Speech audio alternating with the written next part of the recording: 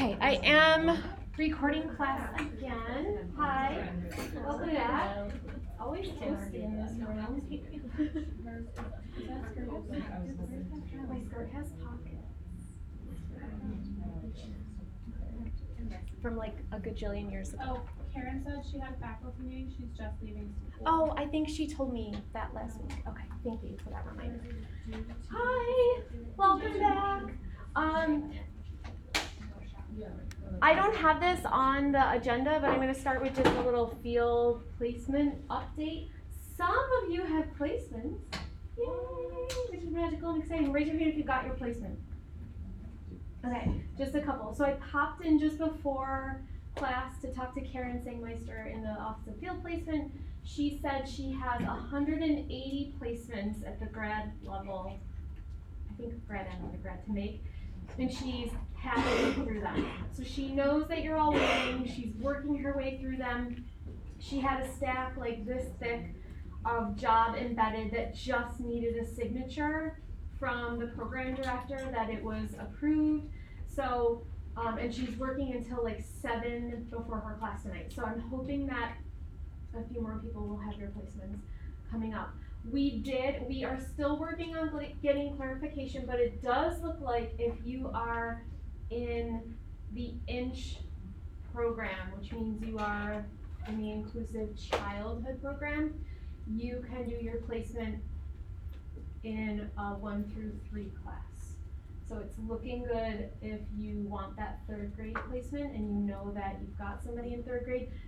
What it means for me is it complicates our assignments a little bit and it makes things a little tricky, but I will happily modify if it means that you all can get your placements quicker. So she's broadening her window to look from 1 to 3. So if you've got a 3rd grade classroom that you know you can connect to and you are in the Inclusive Childhood program, go ahead and reach out to her. And she's very open to you all just going out and contacting the people you know and letting them connect. So I did that and I emailed her, but I haven't heard back. Is that okay? She told me 20 minutes ago that she has not checked her email today. So I think you're probably in her list. Okay. When did you email her? I emailed her twice. I emailed her a little over a week ago. Didn't hear back, so I followed up with her just to make sure she's not finding me a placement because I don't want it. I have one that I prefer to go to. I'm so sorry. Tell me your name again. Stephanie. No, you were not one that she talked to me about. Rebecca was someone she talked to me about. You're on her radar for some reason. Why? I sent her. She said that she's confirming my placement with the principal. Okay, that's what she was telling me. But your name did not come up. Can you all put out your name tags, or do I have them?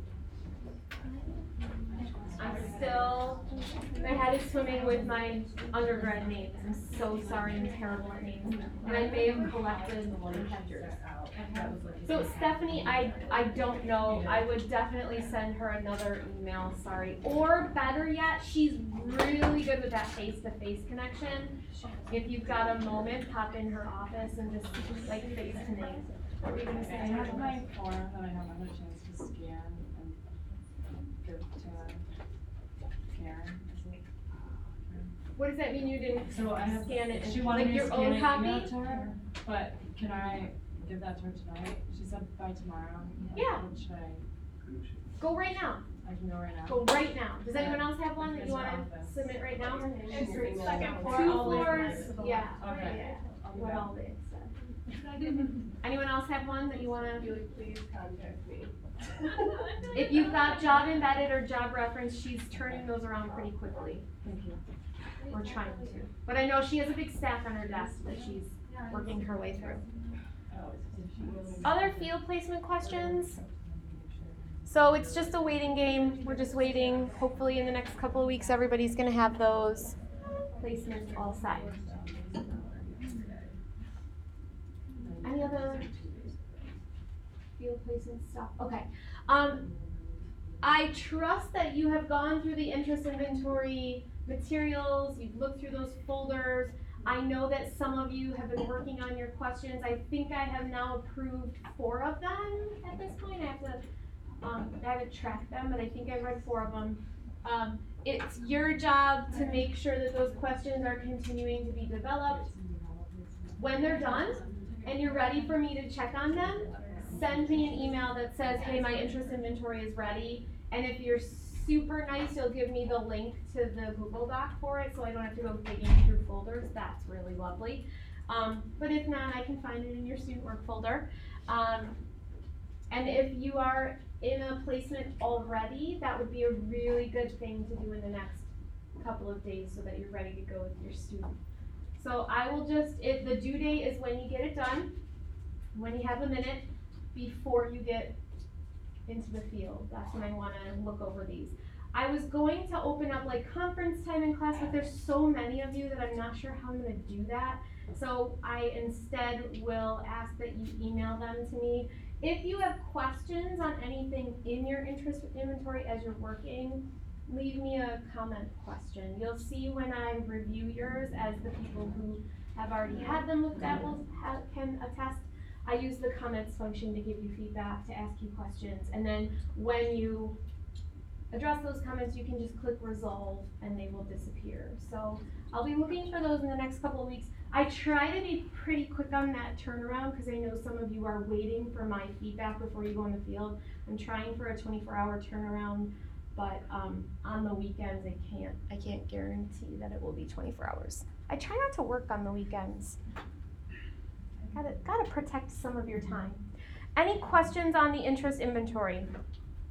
When you all have your data and you're ready to start analyzing and thinking about the patterns and the themes that you see, and you're ready to start writing that paper, I will have some conference hours some conference time that you can sign up for as we get closer to that due date. But I don't think anybody is at that point yet. Okay, so for this week, you had Chapter 2 to read, which was on phonemic awareness, which is the main topic for our class tonight. So when you're doing some of these dense textbook readings, especially this textbook, it's dry, it's got a lot in it, it's not the most thrilling read. I know, I apologize, but there's so much in it that's good. I toyed with the idea of making reading quizzes worth points in this class and like actually giving you all reading quizzes, but I know that makes people anxious and it gives a lot of people discomfort. So instead what I will do, and I think I have maybe 4 of these throughout the semester, is I'll do these informal group quizzes in class. They're not for a grade, I'm not even collecting them. They are meant to be more of a learning strategy, so quiz as a learning strategy for all of you, which is actually a research-based learning strategy. And what I want you to do is, this one's short, it's only 14 questions front and back page. I want you to work with the people around you to answer the questions. I did not post the answers anywhere, I have them in front of me, and then we'll go over it and see how you did on this. So I think the purpose of these quizzes is twofold. One, because I want you to be reading and I want you to be digesting the information in our very dense textbook. And 2, I try to model the questions in these quizzes based on what I know the New York State teacher certification exams look like. So they're very NICE style questions. So I would say before you use your textbook as a reference, these are open book, you're welcome to look up the answers. Try the whole quiz on your own, just to see how you did with this knowledge fresh and in your mind, and then it can give you kind of a starting point for where you should begin your studies when you do decide to do your NICE exams. So take one, pass the rest along, and you can work with a couple of people around you. I'm going to give you about 15 minutes, so that's maybe a minute per question on this. You don't get a huge chunk of time, but have a good conversation about these questions and work together and see how you do.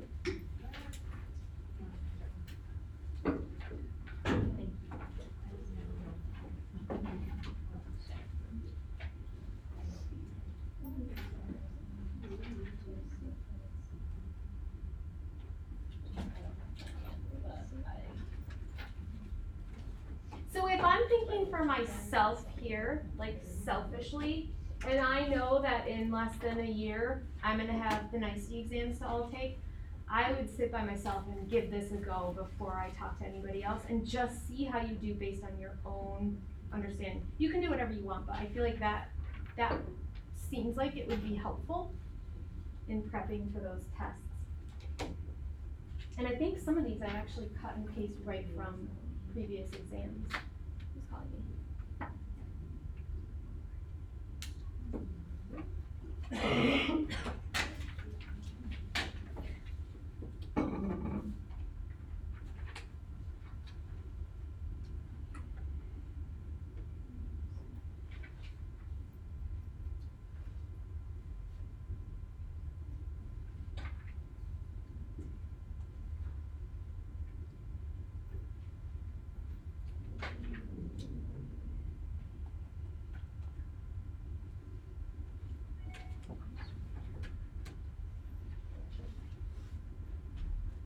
Did you leave one for Rachel?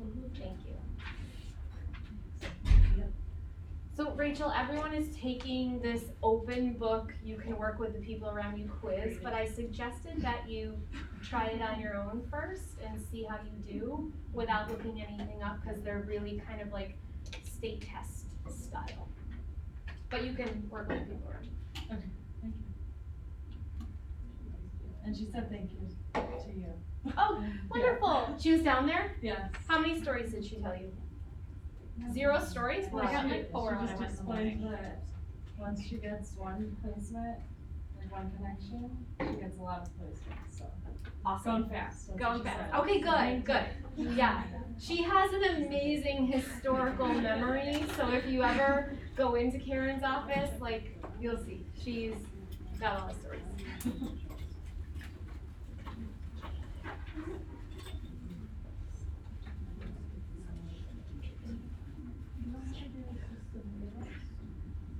Right, the entry slip for interest is just for our portfolio, correct? You're submitting it to me for a grade 2. The entry slip? Mhm. Okay. Yep. Did everyone hear that? The entry slip that you're gonna write for your interest inventory assignment is being submitted to me for a grade for this class. And then you'll get to reuse it for your portfolio if you need to. So like. I think it looks a little different now because they have an electronic submission. Now you're in, so now you're in your drive, and so that's gonna be an uploader from that. And it won't be like the shared folder that you're gonna have to, you should be able to edit. Let's see.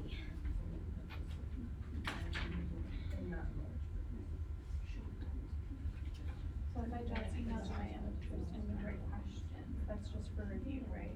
Yep. Okay. Yep, And I will then just that give you would be due feedback. with, like the completed one after our sales. Mhm. After we have our placement, then we'll give you the entry slip with the completed one. Yeah. Okay. Yep. Yep. Yeah. Like one at a time. Yeah. Did you finish it? Or if you- So,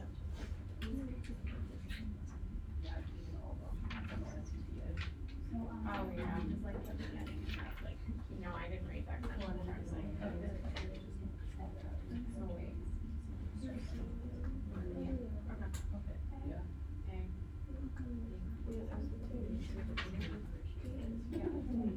Which one? I was like, you like, you was trying to get it out.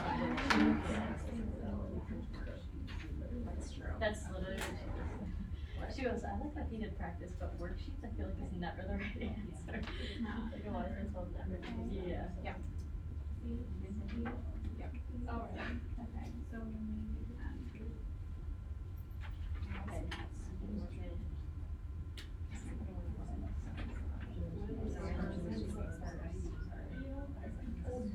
Yeah.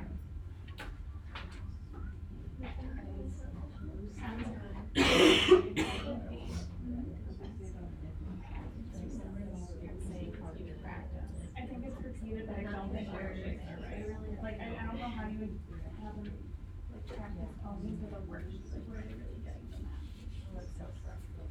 Like, if they can match up B to bird, because they see the letter B, and then they see the letter B in bird.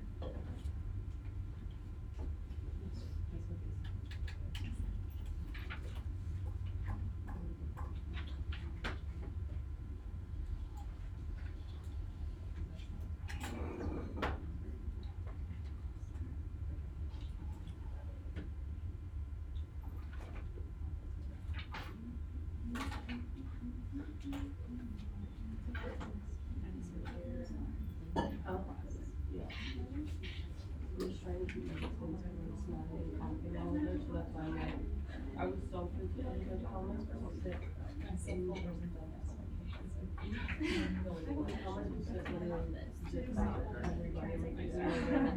I met my teacher and I told her about my placement and my teaching. I remember that she told me that I just kind of came specifically for this area because those are student teaching and so I was closer to her. And she started talking about all her schools as a teacher and I don't know what's right. Yeah, I think student teaching, some of the schools get a little prickly when we just have our students contact with Right. people, so for student teaching, I would definitely have them go through the proper training. Okay, so I should have them email. Right, okay, I think that's like what I wrote down, but I didn't know. Yeah, and sometimes schools have like, a liaison who works with the placement office. She said there were different about HR, but. Yeah, so sometimes like, that person will get a little angry if the parent goes in, it's like, oh, this teacher contacted us. So just make sure that if there's a person like that, your student is learning how to actually. So I should do that.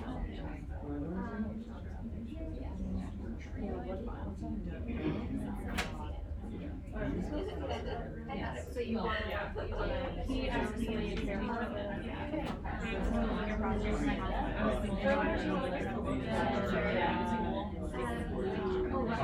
yes, I think she was telling me about you earlier. And stuff like that, and like choosing lines, it's like a bajillion questions, and cause like I contacted them.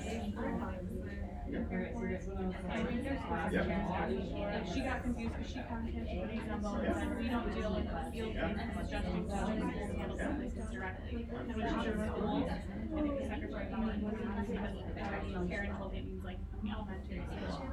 So I don't like email her and be like, that's not good, Yeah. so. What do you think? She was very helpful. I didn't.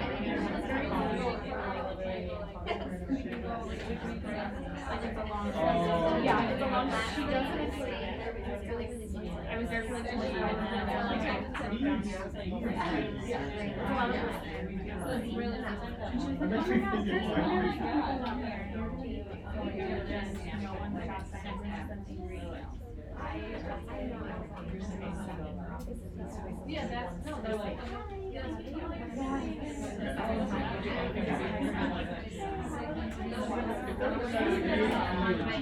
The only thing I practice is like they use their. She was saying, "Check these out."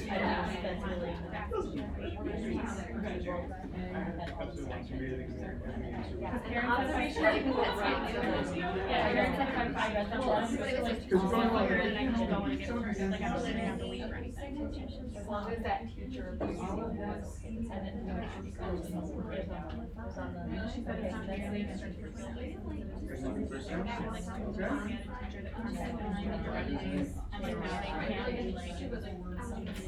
Yeah, we have lost partnerships.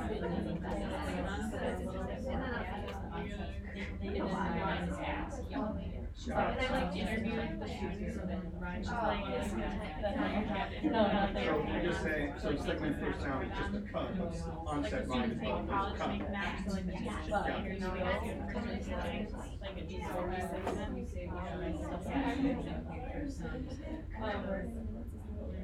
But like, even, but she also had a reference book for school, and she reached out to them, and then she would have. Yeah. Who needs more time? We're done. Ooh, okay. Okay, how did this feel? Thumbs up, this felt really great. I could do most of these on my own. Middle, meh. Down, this felt bad. I didn't remember anything. Okay, we're like wavering. We're wavering. Okay, let's see how it went. So question 1. Indicate which of the following letter sounds is a stop sound. Anybody know? Anybody want to take a guess? A, B. A, B. Yeah, B is a stop sound. B, B is a stop sound. Okay, number 2. Phonemes are. What are phonemes? C, sounds that make up oral language. Good.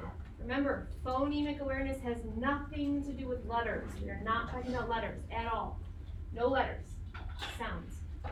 Number 3, The two phonemic awareness skills that the National Reading Panel identified as having the most value when you are teaching are blending and segmenting. Hi, Karen. Hi, Karen. We are working on this very open book, share the love, phonemic awareness quiz on chapter 2. What number are we on? 4. After hearing the teacher say the whole word, students say the individual sounds in the words. This skill is known as? Segmenting individual sounds. Yes, segmenting individual sounds. Whoever said that, I think it was Kate. Segmenting individual sounds. What is segmenting onset and rhyme? If I give you the word cat, who can segment onset and rhyme? At. Versus individual sounds? At.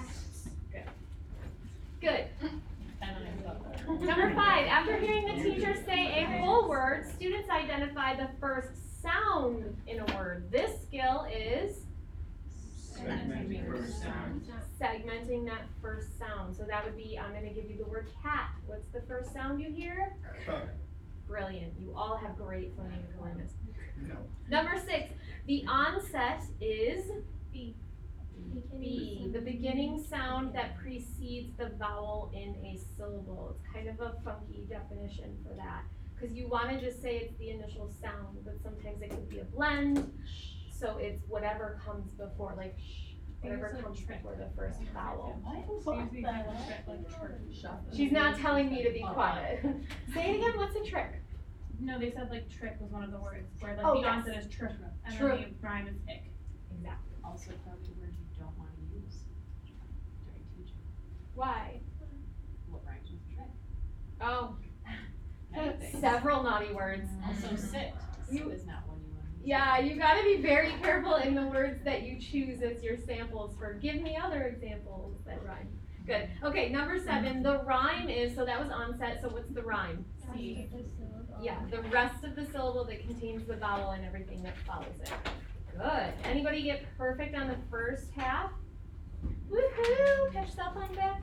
Number 8, in the teaching format for segmenting individual phonemes, the teacher makes the lesson a multisensory experience by using her fingers. Who can demonstrate what that would look like for the word? Let's go with cat. Yes, that's it, Stephanie. At cat, and then usually there's some sort of a Wait, can I see overarching. So you would go at cat. They also in kindergarten, they do at, That's the Common Core modules do it that way. At cat. but in first grade, we start doing this. So when you're doing this, the only thing that you want to make sure is, so you are my students looking at me, think of the way that you read. If you're sitting in the audience, you want to make sure you're going left to right for the kiddos. So it will be backwards for you, so it would be at and then cat. So I when just they- tell them your first finger is your first sound. So that's if you're having them do it too, Yeah. because you would do it like this, looking, but just make sure when you're demonstrating, you turn your hand so it's going the other direction that we go in reading. Does that make sense to you? So in the book, when it has a picture of them doing this. with the Yep, three so in fingers, the is that book- the same thing, or is that same just thing. for blending? Yep, the book formats use fingers like this. I don't like this because what does it make you want to do? Count. Count. And you should never have children count phonemes. Why? Because it's not. Because some phonemes have more than one letter. Okay, but yes, these are all right. But if you finish working on letter sounds and then you say, how many? What are you really assessing with that question? How many? They can count their fingers. Math, right? You're going into a different content area. So when you're teaching sounds, you really want to stay focused on the sounds. So really resist, and you're going to see a bad example in one of the videos that I'm going to share today. She does that, and it's written into the curriculum that they use. But that's what I like about this book, is they're so accurate, and that's one thing they say is don't ask your children how many, because then you're doing a math skill. And that really has nothing to do with phonemic awareness. Okay, let's keep going. Number 9, is that where you're on? What techniques are normally used in the teaching format for blending individual sounds to help the students acquire phonemic awareness? This is right from the book. Yeah, it's that perky pace, the praise, the systematic error correction. Systematic error correction, what is that? If you were reading carefully, actually they repeated 1,000 times, so if you were reading, you should know what that is. What's systematic error correction? Doing it right. Oh, go ahead. That's where you like make them do it over and again until they get it right. Yep, so that's part of it. You have them repeat it until they get it right And you do it like right when they make the error, right? immediately. So they make a mistake. No, it's blah, blah, blah. Repeat it. They repeat it, they repeat it, and then you keep moving and you go back and try it again. Awesome. And then that my turn together, your turn. Is there a more common expression? Yeah, that's the I do, we do, you do. This textbook calls it my turn together, your turn. And those are the literal words that the teacher uses. So she would say, my turn, act, together, and you would all join me, at. And then your turn, and you're supposed to use that kind of sing-songy, perky voice. And that's part of the perky pace. We'll see a video that's demonstrating these things. Okay, number 10, getting students who are at risk to meet grade level benchmarks in phonemic awareness requires what? Active student involvement in instruction. Why is it not letter B? Repeated practice using worksheets. Okay, that's the obvious reason, worksheets, blah. We all use worksheets. So what's the other reason for phonemic awareness why you would not use worksheets necessarily? Who said that? Michelle, you're listening. Phonemic awareness is not something you can easily do in a worksheet. It is done out loud, it is oral. You can't write down phonemes, because if you write down phonemes, what are you writing? Letters. And then you're into Graphemes. graphemes. Wow, someone has a background in literacy. That is solid. Good.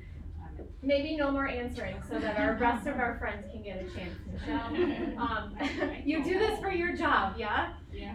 Yeah, so once you start writing things down, you're into graphemes, which connects to phonics instruction. Phonics is when you finally take all the letter sounds and connect them explicitly to the letters on the page. So sound to letters is phonics, sounds by themselves are phonemic awareness.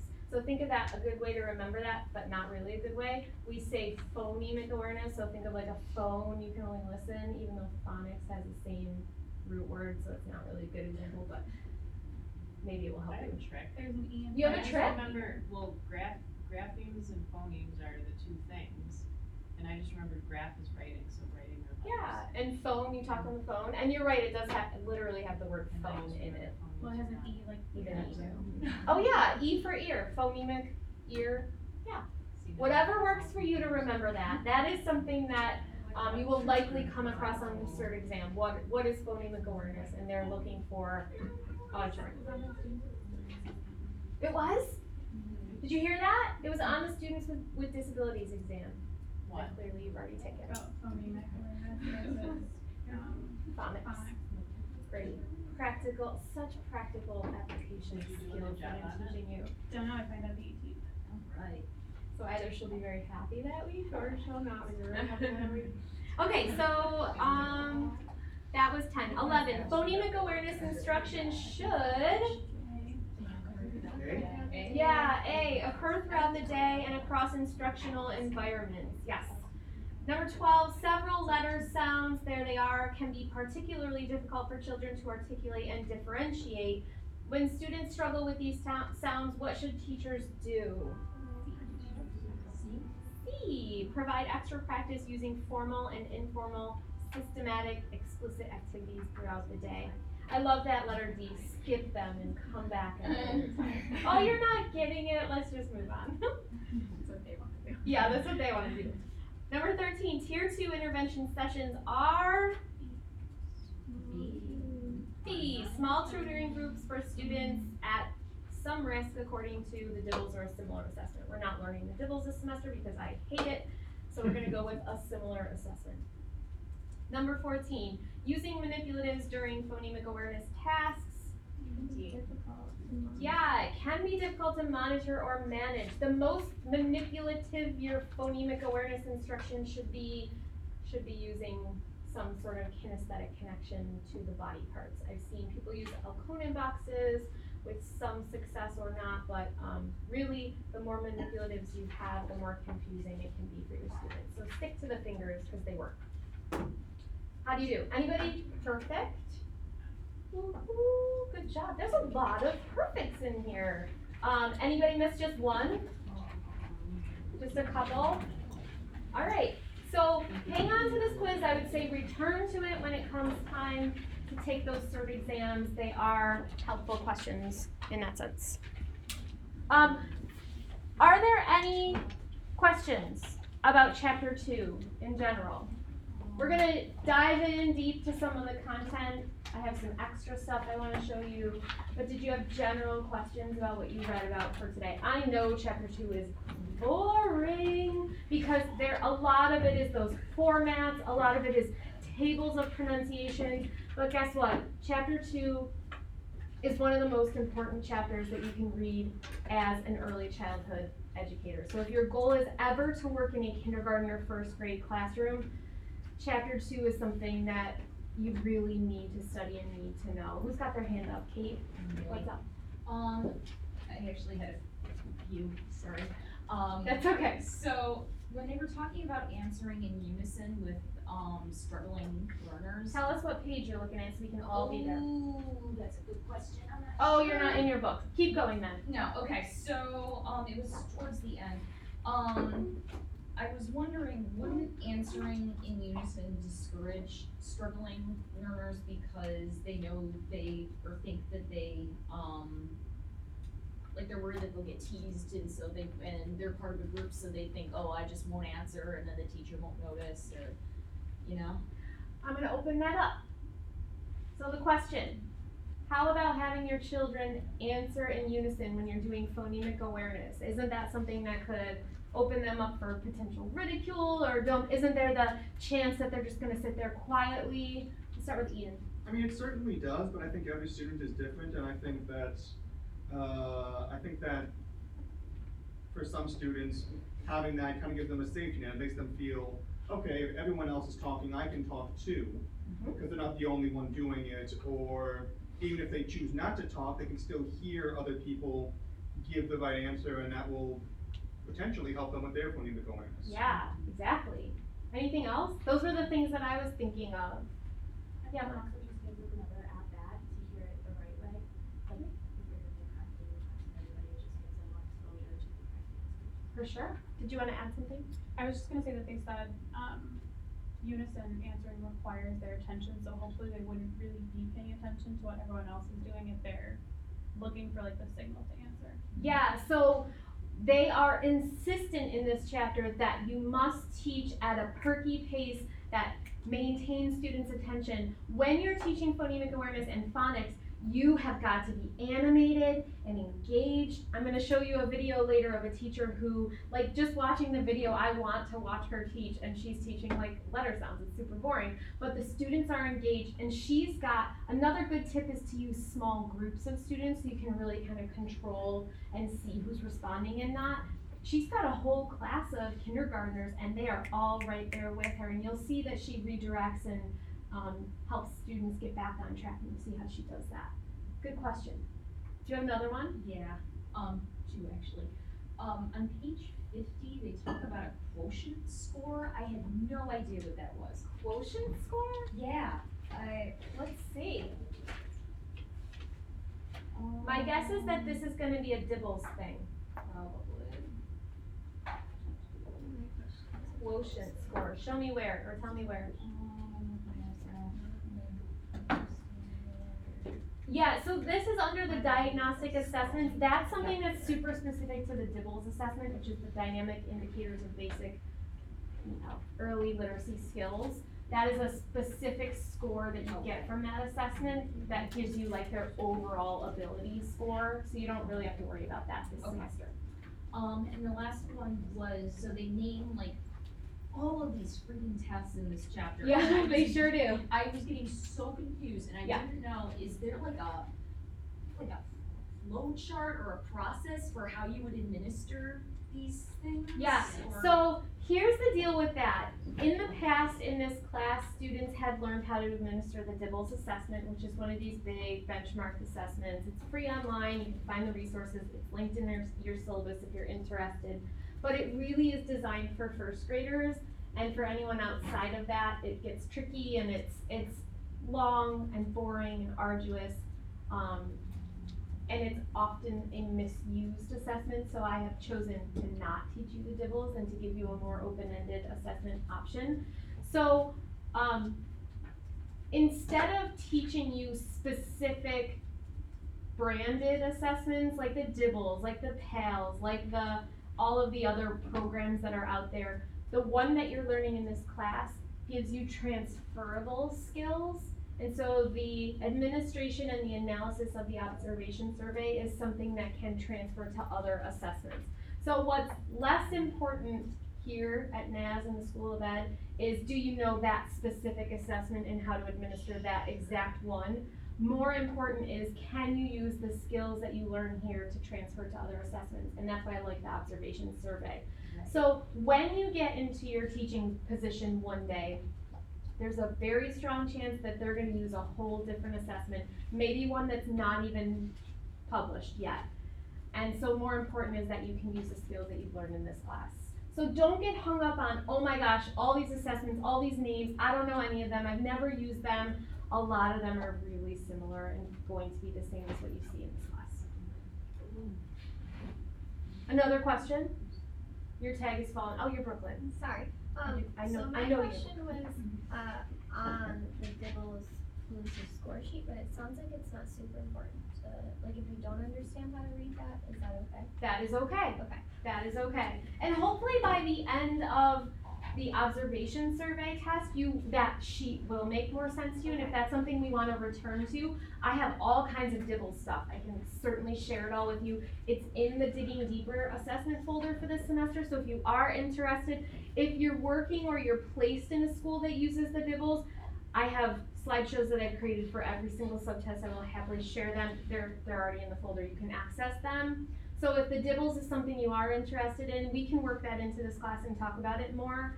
And certainly we can pull the record forms at the very least so that you can see what they look like. Here's what a student who took the Dibbles, what their form would look like and how you read it. So if that's something you want, we can work that in. But yeah, I would say at this point, It's okay. don't worry too much about it.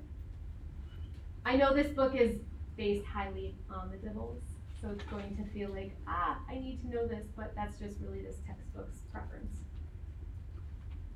Other questions? These are really good questions. Nothing else?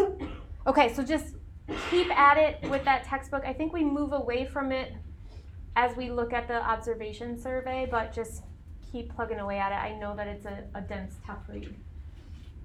Okay, so let's talk about phonemic awareness. Some quick terms to jump into this discussion. Phonemic awareness is the ability to hear the smallest units of sound in spoken language and then also to manipulate them. So it's not enough that you can hear the sounds in the word cat. You also need to be able to manipulate those sounds. And what that means is, like, if I say to you, listen to the word cat, cat, I'd like you to change the first sound you hear to be b, and you would say cat. You can all manipulate phonemes because I know from that simple test. So that's the definition of phonemic awareness. Phonemes are the smallest units of sound in the spoken language. We have about 44 of them in the English language. It depends on what dialect you're speaking, on what regionalisms you have, but generally we have 44. And I think British English has a few more, actually. Remember that phonemic awareness is all about sounds, not written text. And a great way to remember this is phonemic awareness can be taught in the dark. You can't teach phonics in the dark because you need to see the letters. So phonemic awareness, you can do it in the dark.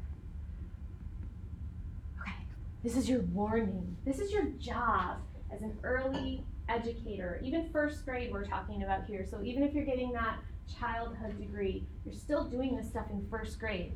When you are pronouncing phonemes, be very careful not to add an additional sound to the end of each sound. This is called a schwa sound. So for example, the letter D should not be da. It's not da, ba, sa. How would you say D? It's very short. It's stop. It's gotta stop. Practice saying the following phonemes without the schwa sound. So try the letter M. How would you say that? How about the letter L? So it's not ma, la. How about the letter G? Really short. That one is hard, right? Hard to stop yourself before you go into the Good. And then T? Very good. There's no voice behind the T. It's all in your breath. It's easier to add that accidental schwa to stop sounds like b and k. You naturally want to add that because when you read words, they flow, our consonants usually flow into vowels or other consonants. So there's almost always voice coming when you read a stop sound.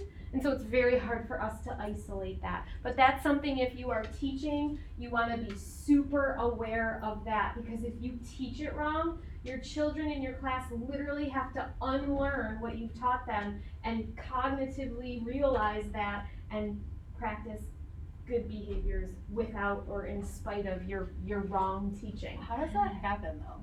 How do they do it? Last year I was in a kindergarten class and like I was doing intervention and the teacher had me do a lot of like sound flashcards, but she taught them with the schwa sound, so that was like correct, and like I didn't know this until I read. So like, so she did it wrong and they all learned how to read? Well, like what happens to those kids now that like didn't learn to read? You know Yeah, what I mean? Like, so what do they do? most children are able to sort of correct the mistake of bad models who show them the schwa sound on letters. Most of us, I'm sure some of us learned phonics that way and you don't realize it. Most of us are able to correct that, but that slows them down in their progress. So it's something that you're definitely going to want to make sure that you're not doing. And it's really hard because in these placements you might see some phonemic awareness and phonics instruction being done the wrong way, and you're like not really in a place to correct that. If you could think of a nice way to do that, that would be good. But yeah, all I can say is that you're not doing permanent damage to these kiddos. It just like slows it. But it can slow them down. Yeah, it can slow them down. Okay, anyone else seen teachers adding the schwa sounds to letters? Yeah, it really is an unfortunate thing to see, but it happens a lot. Okay, the next few slides look very similar. What I'm going to do is actually talk about the biology, the physiology of your face and your mouth as you are making certain sounds. And the reason I like to do this, it's painful, it's not exactly fun, but it gives you an awareness of how your body is working in order to make sounds, so that if you hear or see children who are not making sounds appropriately, have you ever seen reading teachers who have mirrors in their classrooms? You can show them a mirror, because sometimes it's a matter of you're not putting your tongue through your teeth, and then you can say, look in this mirror and watch, now try the TH sound. And if they can see their little tongue poking through their teeth, then they can form that sound a little better. This is tough because we are kind of getting into the speech therapy realm, but it's also good to have this base understanding. Okay, so first one we're going to talk about are vocal tract sounds. You all know where your vocal tract is. It's over here, and your vocal cords are part of that. This is when we push air up from the lungs. Movement in the vocal tract creates these sounds. So I want you to practice starting with lip sounds. So the first one is the sound that P makes. Try it. So feel it coming up from your throat. How about this B sound?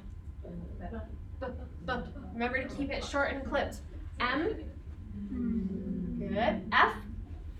So F is a really good one for that vocal tract. You can feel it coming through your throat. And then V. Good.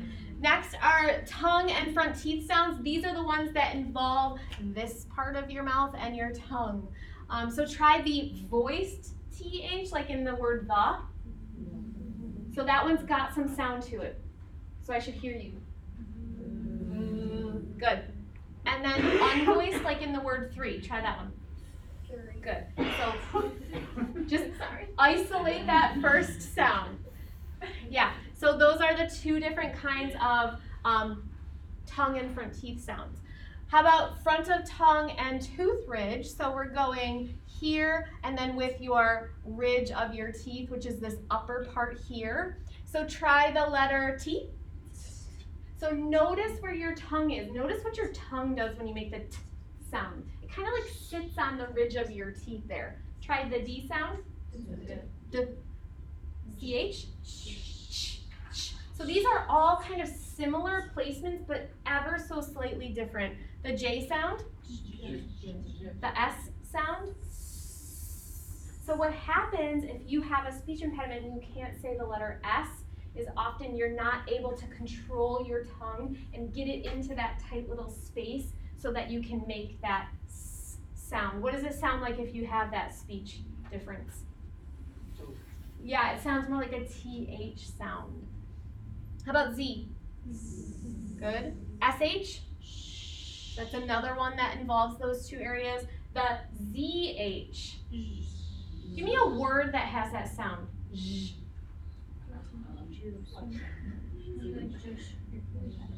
Just zhuzh your hair. How about a real word? How about the word leisure?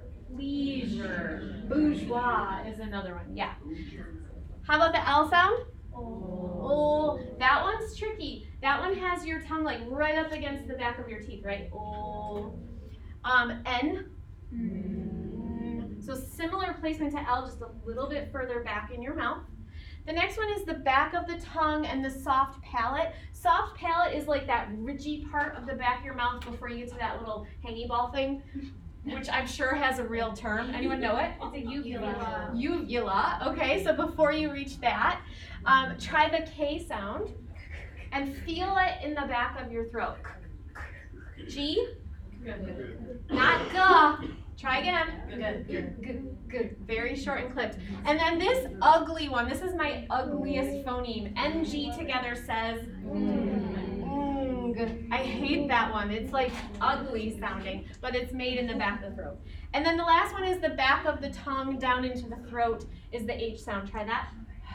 Good. Nobody voiced it. Is the H sound. Okay, great. So that is the vocal tract sounds. All of the sounds that involve your vocal tract. This is a special category of sounds for Western New York called the nasal cavity sounds. Why do I say that for Western New York?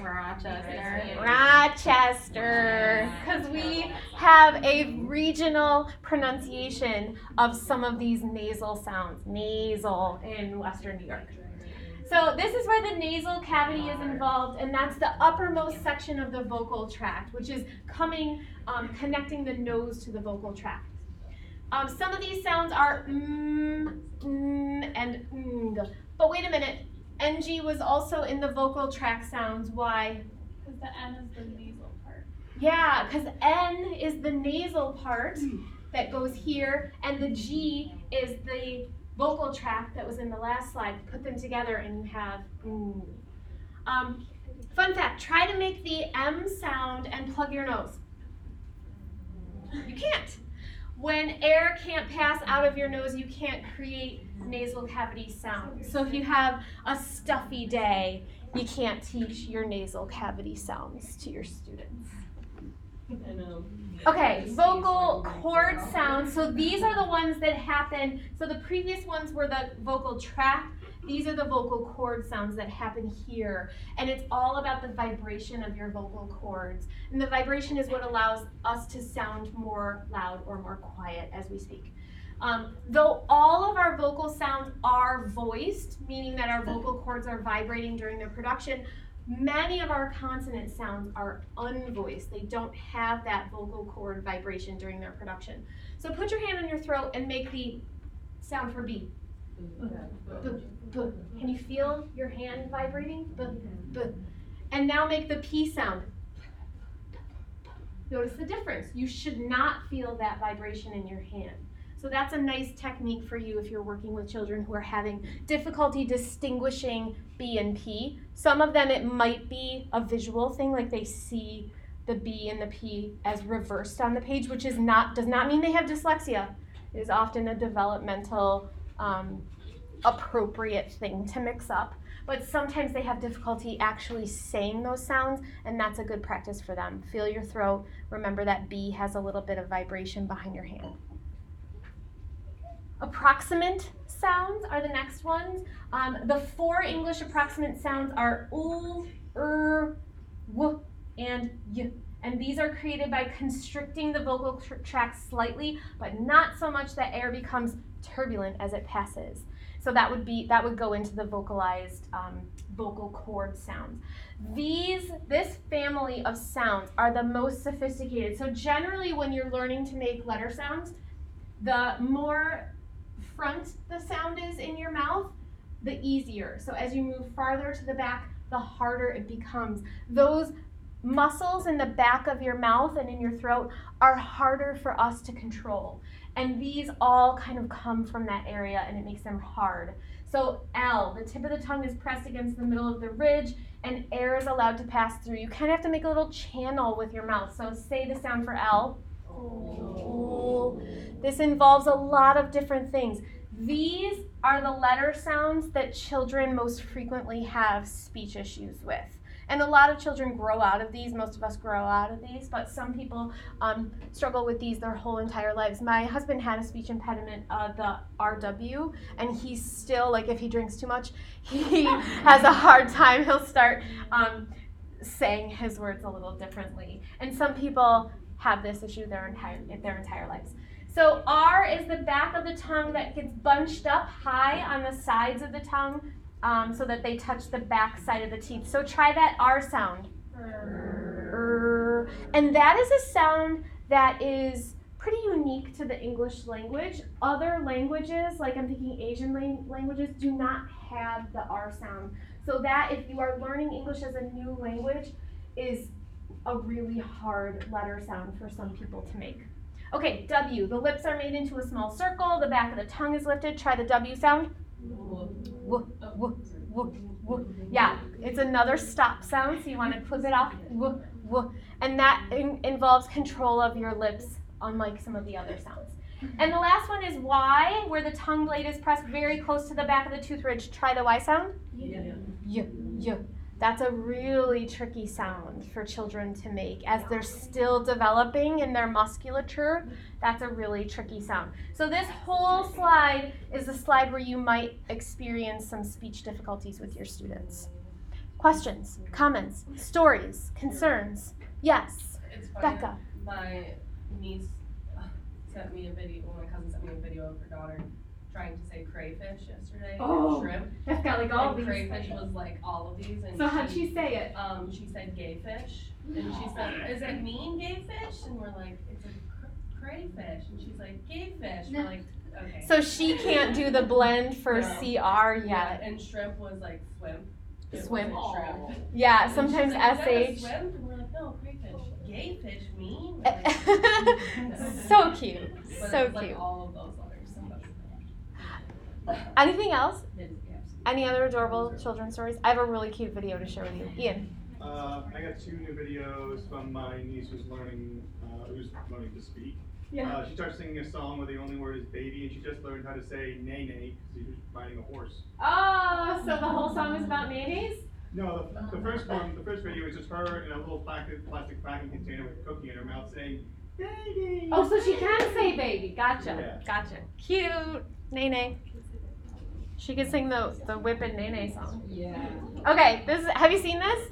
No. This just came on my Facebook thing. On Facebook this week. It is so stinking cute. So this is, I want you to pay attention to which phonemes she is still learning to produce. Let me turn it on.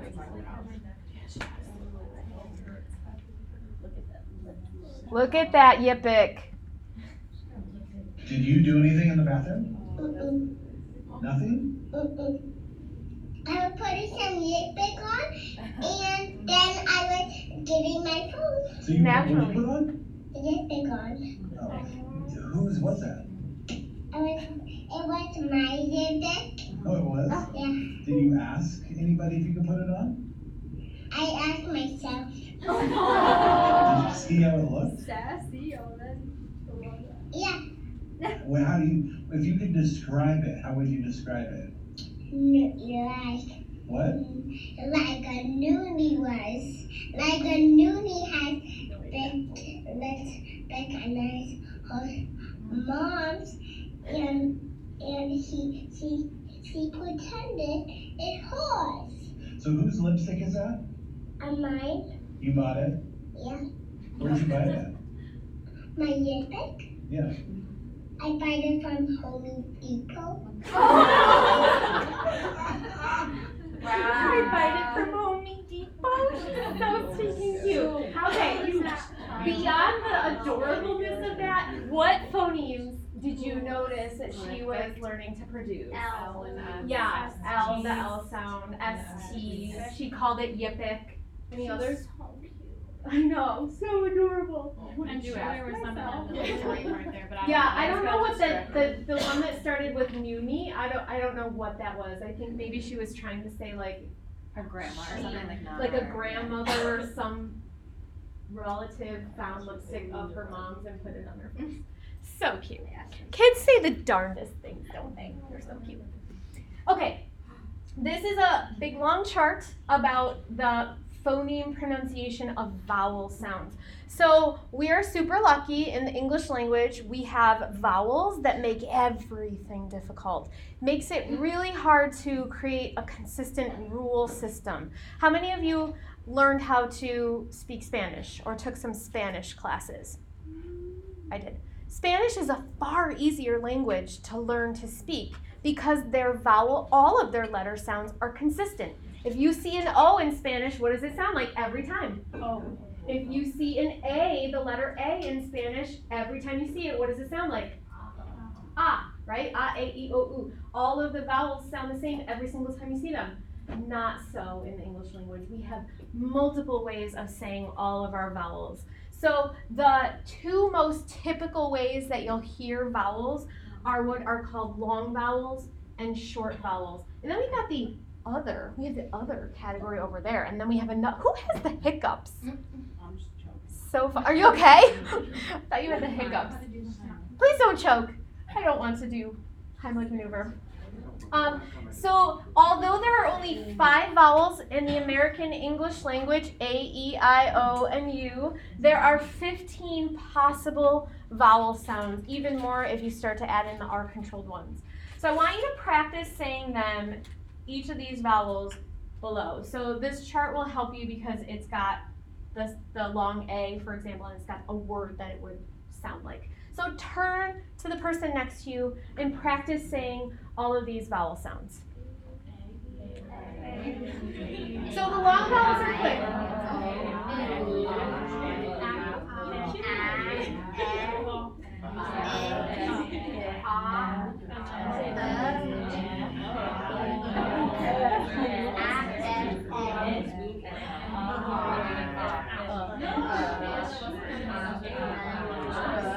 Wait, sun. It's almost like it's like in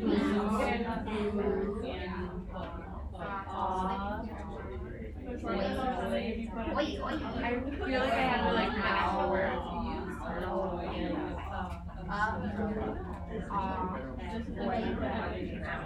I love this part of class because you all sound like, I don't know, like cats or cows or something. It's the best. Yeah, like you're making like animal sounds. I'm so interested in sun and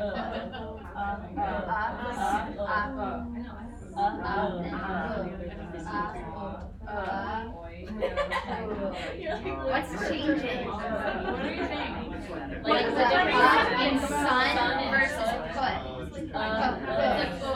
Yeah, It's like an O, like put is more like an O sound. And then But I'm trying to figure out in my mouth what different, like what is happening. Some, you're a little more open. Sun versus put. It's think about how you're like I'm exaggerating. No, it's so interesting. I never like thought about it. My mouth feels like that. Yeah. I'm like thinking about how I know. Thinking about it, like when you say thinking. Yeah. Okay. How did that feel? Fun and silly, okay. Does this bring back any memories for anybody of learning your vowel sounds and talking about long vowels and short vowels? Has anyone had any teaching experience with the letter sounds like this? A couple people? Good, obviously. Bad teaching experience. Though. Bad teaching experience, okay, okay. All the wrong doing. Bad observations, maybe you're feeling some self-guilt if you've been doing this the wrong way. That's okay, today's a new day. So vowel sounds are tricky and are complicated, but they're also something that you do want to introduce to your children right away. So what you should not do when you're teaching phonemes is to focus just through the alphabet, A, B, C, D, E, F, G. You don't want to do that. You want to teach them in a systematic and organized way that introduces the sounds based on their level of sophistication. And there's tons of debate, tons of research done on who's got the best system. I think our textbook has a chart of the order in which you should be teaching these sounds. It really doesn't matter as long as you're intentional and thoughtful about the way that you are having your children learn these sounds. And you want to keep separate sounds that might be confusing to them. Like your inclination would be, let's teach long A and short A at the same time. But can you see how that would be confusing for your students? So you want to keep separate the sounds that might be confusing, and then keep together the sounds that make sense together. Okay. The previous slides have all 44 phonemes in American English. However, there are so many exceptions and oddballs that make phonemic awareness difficult for your students who are at risk and your students who are learning English as a new language, your NL students. The first oddball is R-controlled vowels. R's do something really funny to the way that we speak and say words, especially in Western New York, right? You can't stack cars. Have you ever heard that? That ad? Who is it? It's like Billy Fusilli, can't stack cars. Oh, I hate it so much. It's so ugly. But think about the word bird. Bird. Say the word bird. Bird. Bird. So isolate the I sound in the word bird. But it's not It's not I, and it's not I. It's It's it's the schwa sound. So often the R in our English language will change vowels into the schwa sound. So say star. Star. Star. That makes you sound like you're saying and that's not one of these options. A like in cake. Cat. That's not how R sounds. So R, just so you know, does something funny to words. So if you're ever working on a phonemic awareness lesson, be very careful choosing any words that have the letter R and just make sure that the word you select is actually representing the vowel sound that you're choosing. We've also got this lazy letter situation, like the T sound in little, right? We don't say little, we say little. It sounds like a D. And also in the word Toronto. Most of us will say Toronto. So the first T is nice and crisp, and then the second T sounds like a D, Toronto, or just an N, I guess. This is also when I moved here. How do you all say the, I'll write on the board. It's a major street in Rochester. Winton. So I called that Winton. And everybody was like, oh, you're so proper. And I was like, why is everybody saying that? Like, I'm going to Winton. Because it said how? Winton. So I have to like force myself to say that, and it doesn't sound right to me. But we have these lazy letters. So if you have a child who lives in the Winton area, they might spell it. How might they spell Winton? W-I-N-N-O-N or something like that? Yeah, they might not spell it correctly because that's not how we say it. Was there a question or a comment? Do you think, because I just have so much fun teaching this stuff. You genuinely I do? just no, yeah, I really do. I'm a nerd. Great. But with like, when we do stuff like that, when I'm explaining that to kids, that's gotta be because we've gotten lazy, right? Like, little was actually pronounced how it was spelled. And if you go to like a British English speaking country, they have often held on to the proper pronunciation, but it really just happened because we're lazy speakers. Yeah, so I usually talk in a British accent. What is it? Winton. What is No, it? Winton. But there's like a town called Brighton in England, and they say it like Brighton, not like Brighton. Oh yeah, Brighton is another one. Brighton. That's a lazy T, right? We say Brighton. Brighton. Yeah. Brighton. But there is a British town of Brighton. Another thing that's tricky is the S sound. The S sound is one of the most fluid and changing sounds in our language. So S is at the end of words, like listen to hats versus gloves, right? Sometimes our S sound becomes like a Z sound. Water is another one. Even some of us do like I just did, water. Does anyone trill their little water? Sometimes I trill that, yeah. So funny, isn't it? The English language is so fun. Then we have this weird situation that's called, We're excited. I know, everyone's excited about the lazy sound. Do you want to come up with more lazy words? Yeah. Okay, what are they? It's mitten. Mitten. We do such a weird thing with mitten. Like, where does that T sound go? It like gets sucked up. Mitten. Button. Mitten. Water. Mitten. Kindergarten. I say Yeah. it People, forever to learn how to people say actually write the word kindergarten with a D in it. I did. I thought that was kindergarten. No, It's kindergarten. Because it's actually a German word. Yeah, that's what I said. Kindergarten. What else? What other lazy words? Congratulations. My name. Congratulations. It starts with an I, but it sounds like an E. What is it? So that's not necessarily lazy. It's just a different vowel sound for I. But yeah, your name is very tricky for people who do not speak English as a first language. Noah, N-O-E, that's like. Yeah. What else? You had a whole bunch of them. Well, because my math professor, he was from Canada, and he would make fun of us all the time, like throughout undergrad, saying, because we would say like button, mitten, and he said badminton one day, and he called it badminton. Minton, yeah, that's how they What say are you it. saying? That's how they That's say so it in British countries too. Yeah. Badminton.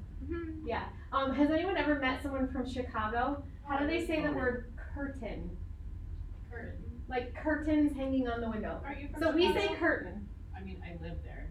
You say Chicago. Chicago. They say, And- a lot of people say curtain.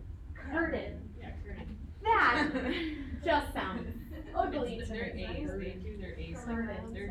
They say like ah, and we say dad. Like their dad, dad. Dad. Yeah. Dad's my dad. How about Boston accent?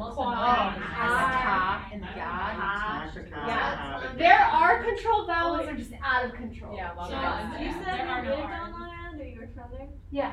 How do you say drawer?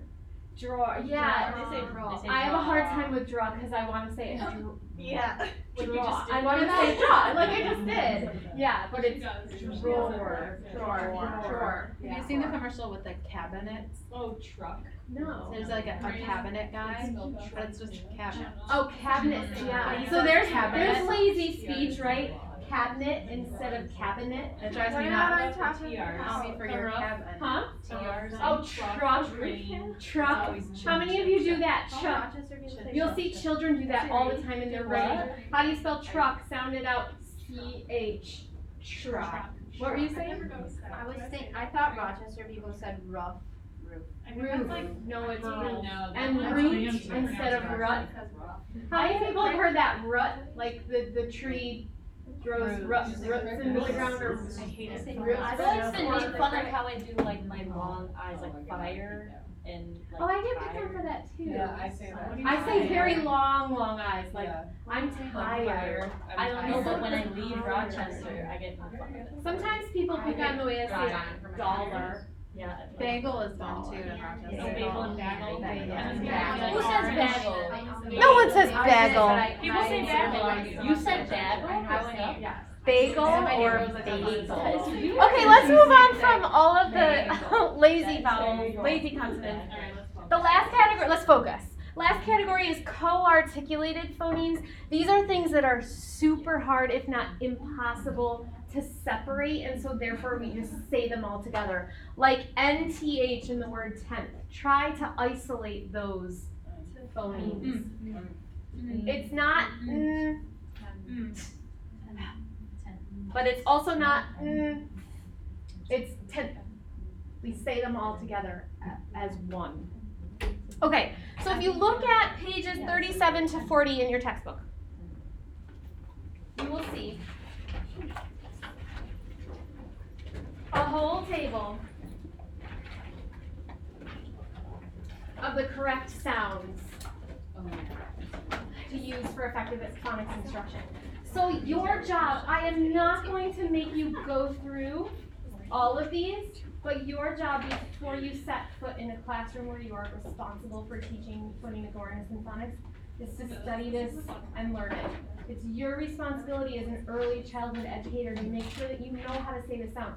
It sounds super silly, like learn your letter sound, but you quickly realize as an adult that all of that is like inherent knowledge that you don't really think about anymore. You want to make sure when you're sitting there trying to break down the word, I don't know, tractor, think of all of the phonemes in that word. Can you really do that?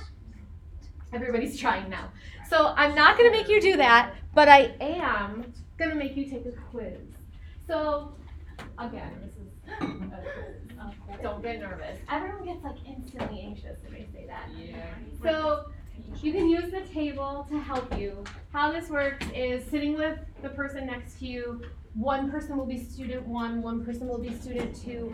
I want you to go through each of those phoneme sounds. If the letter has 2 different phonemes, like when you get to O, what should you say for the phonemes for O? O and ah. So if you get to a vowel or a letter that has 2, I want you to try both of them. So one person's going to say them, the other person's going to check them, and then you're going to switch and go the other way. I don't care who you work with, just partner up with somebody. I think we have an even number today. So it should be one person in the group takes one sheet. I put them both on the same page to save paper. Thank you for that. I know, my. Every other person should take it. Every other person. I mean,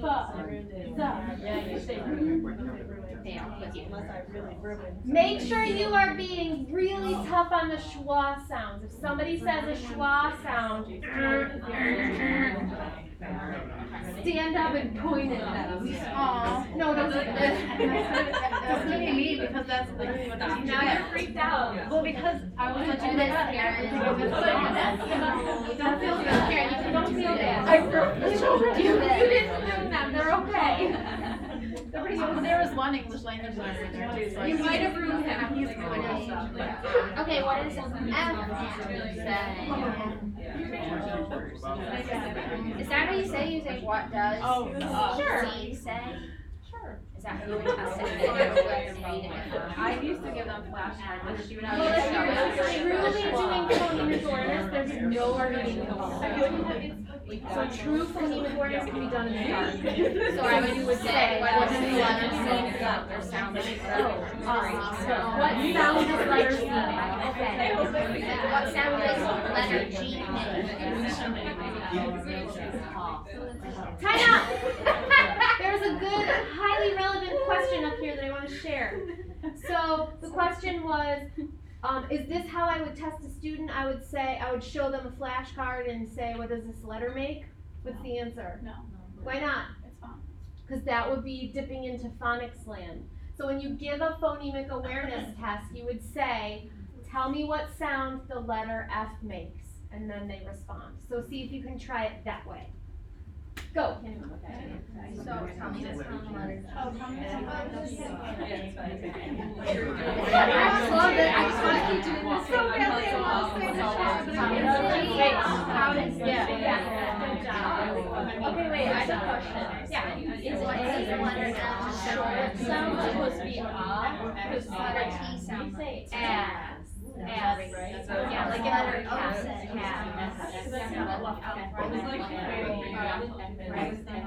Isn't it just O? No, it's not. Long O is Oh, I thought you were O. saying that. Short O is I kinda was.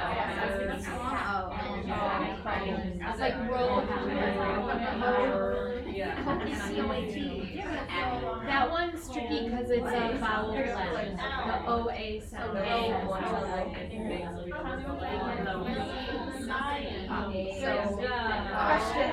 So we would do it and do it. Take our ear out of it. What does B sound like? Oh, how do you say G and B?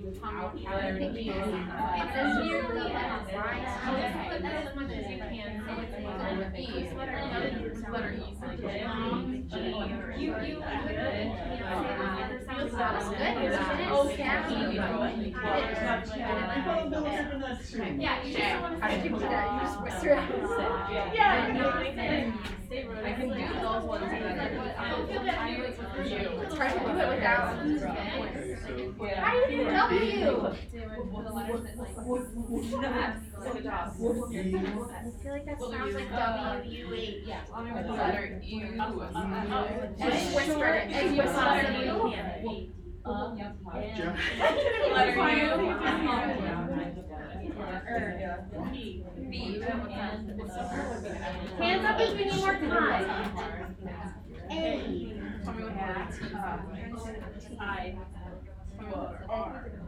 C. L. I just do that. Okay, you're doing. Okay, ready? Okay.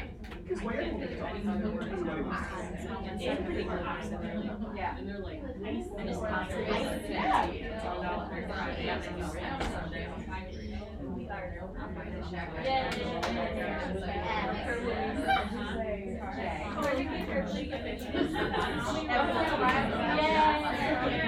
Oh, we're bringing back the figurative language. And I like put that hard. I would say like I feel like you get it, but it was like L I'm gonna say I don't and I was like, that just seems like too much work. Just for Dinner, somebody said.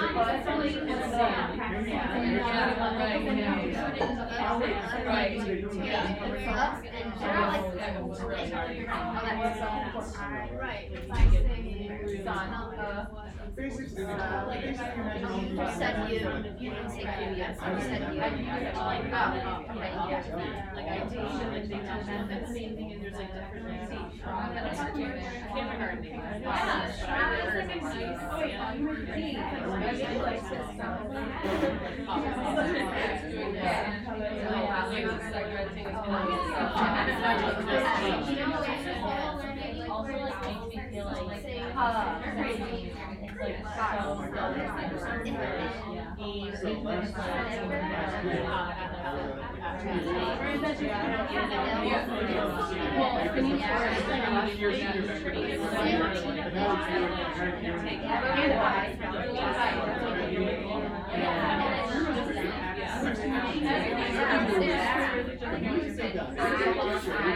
It's step one.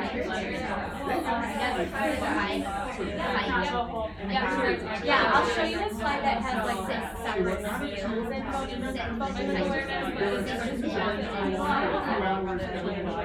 It's so funny. Okay. Good. Everybody good? That was hard, right? Like harder than you expected probably? Hard. Hear that? Now I'm thinking of all of my pronunciations.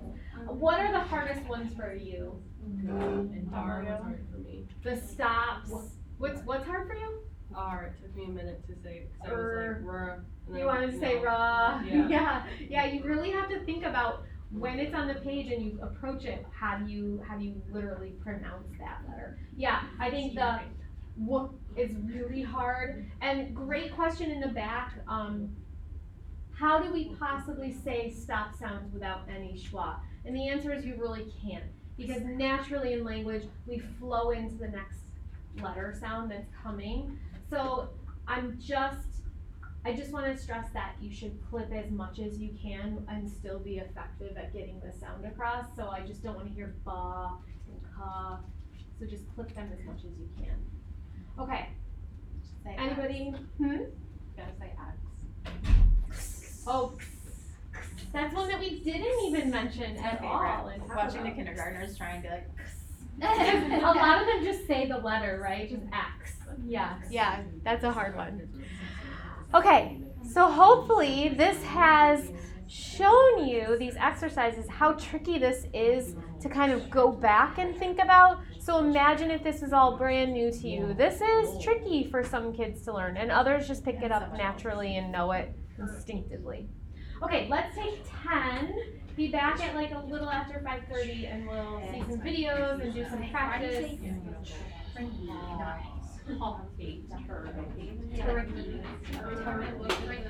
You have to learn that to flex. We have so many, like a tree. I'm so sick of watching this video. If you put that in there, like tura, that's like your schwa. Yeah. Right, right, we add schwas in the middle of words. Our schwa's bad. They're Like that not one necessarily there? bad. Sometimes we need them, In right? everyday speech, we use them all the time. Like think of the word like in the past. We don't say in the. I say in the. But if we were in English, She goes, yeah, All bets are off if you're English. They speak much more properly. I feel like it's hard when you're learning because you might throw in extra, like, in your spelling. Like, I feel like it Oh, would yeah. translate How over. about beautiful? All of beautiful. I actually teach them how I remembered it. I would actually say beautiful. That's how I learned to spell it. That's how they all remembered it though. And forget it. But that's it. We say it beautiful. Yeah. So a lot of them are put that U sound. But that's when I say it out loud. So they remember one U. There's spotters too. I only knew because we had like a cheer when we were little, like I wrote like so every time we go through, and that's the only way I can start. That helps them do the letter sound. The only reason I know Yeah, is it's like, like so A, there's yeah, it goes all the way to the bottom, and they love, and they're like, and sing the whole thing. Well, what's missing from that is the long vowel. A also says A. Yep, yeah. Yeah, you wanna know what she said to me? So they do like X and they do box, like You just make sure X, you do your and they say it's box.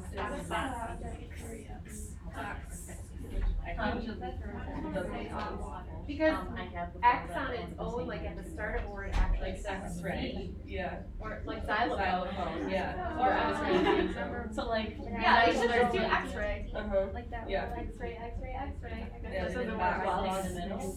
Box.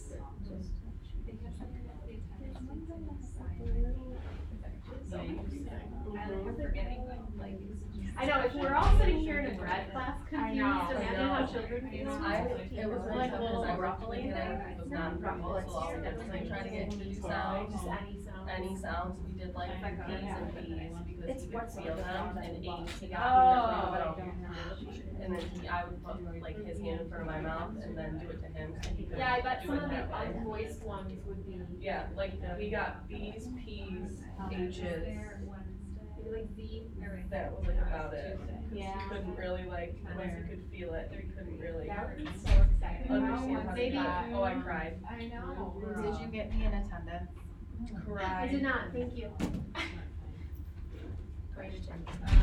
We have your soft spot. And thanks, Genevieve, for like, I was like thinking all day, like, oh, I have to text someone so that they can remind her.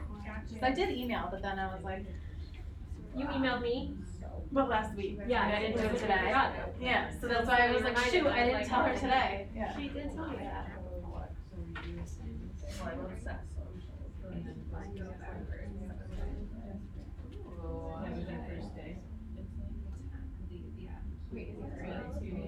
Oh, I like it. When will it be here? So next week. Everything's on Thursday. You're problem. So you're the problem child in this class. It's like, it's wicked. Well, I just found out we have open house next week. And I'm like, okay, well, I have a class, so like I'm gonna try and split things. Like there's some high school social, I'm like, okay, you go to your team social, like that's ridiculous. And then there's the part where like the principal's speaking and all of that. So 6:30, okay. Yeah, it's like. Yeah, I mean, it's open house, you should be there, it's your first time doing Right. open house. So like the parents will be in the, like classroom, and it's not until like 7 where they'll be like near me. So, I think next week is where we start the observation, that one time, I just have your classes should be I think I'll be here most of the time, I think. What time does all of the house stuff happen? The whole thing starts at 5:15 with like ice cream, and then 5:15 to 6:15 is ice cream, and 6:30 is like the principal's speech and all that. But then I guess from 6:30, he usually talks for 10 minutes, and then the parents go to the classroom and the specials teachers watch the kids. So my mentor was like, like just come when, you know what I mean? Like, don't babysit, just come when you need to be there. Okay. You can totally, if you need to go, so you miss any of that, so if you feel like you should be there, you should be there. And then I call her out all the And I time. could, like, probably Like, you're not just gonna we're doing all the things. Honestly, and we're starting to look at I mean, nothing personal there, I just leave like that. Because I'm not talking and they're babysitting. She's able to. It's just the weirdest thing, like why bring the kids if you're just gonna have them? I mean, I guess it's nice because then the adults can talk and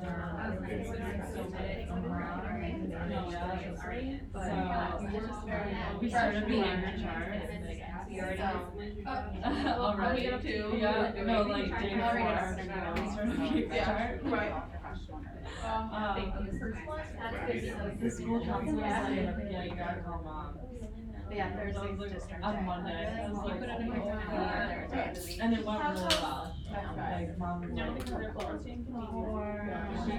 It was like the like teacher meeting where the teacher was like, I was like, well, can you take that class another time? See, oh, I hate that. You can take it. Oh my God.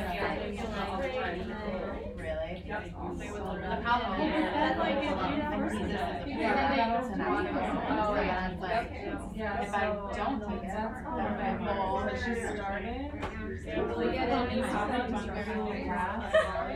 She bored, she started going to that meeting. I'm ready to go. Oh, quietly? Yeah, and I'm like, I'm like, you can stay there. Like, you don't have to leave. What? Yeah, no, they are. And like, there's all these rules about how much you can sub and stuff, like, and like, you wouldn't know that. Like, I was apparently not so busy playing in all 4 quarters, I'm like, what if I didn't have a full time?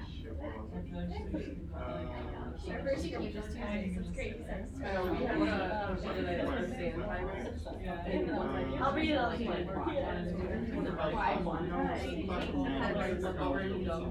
I don't like that word together, like, I just saw you do that, like, at one time.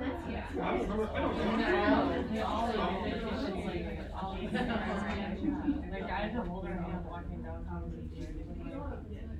And she's closing her eyes.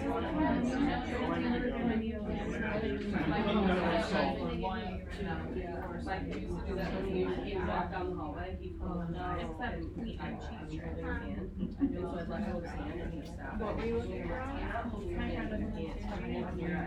But he'd try to walk and I would move in front of him. I used to like sushi. I was a really good baby, so I like how old?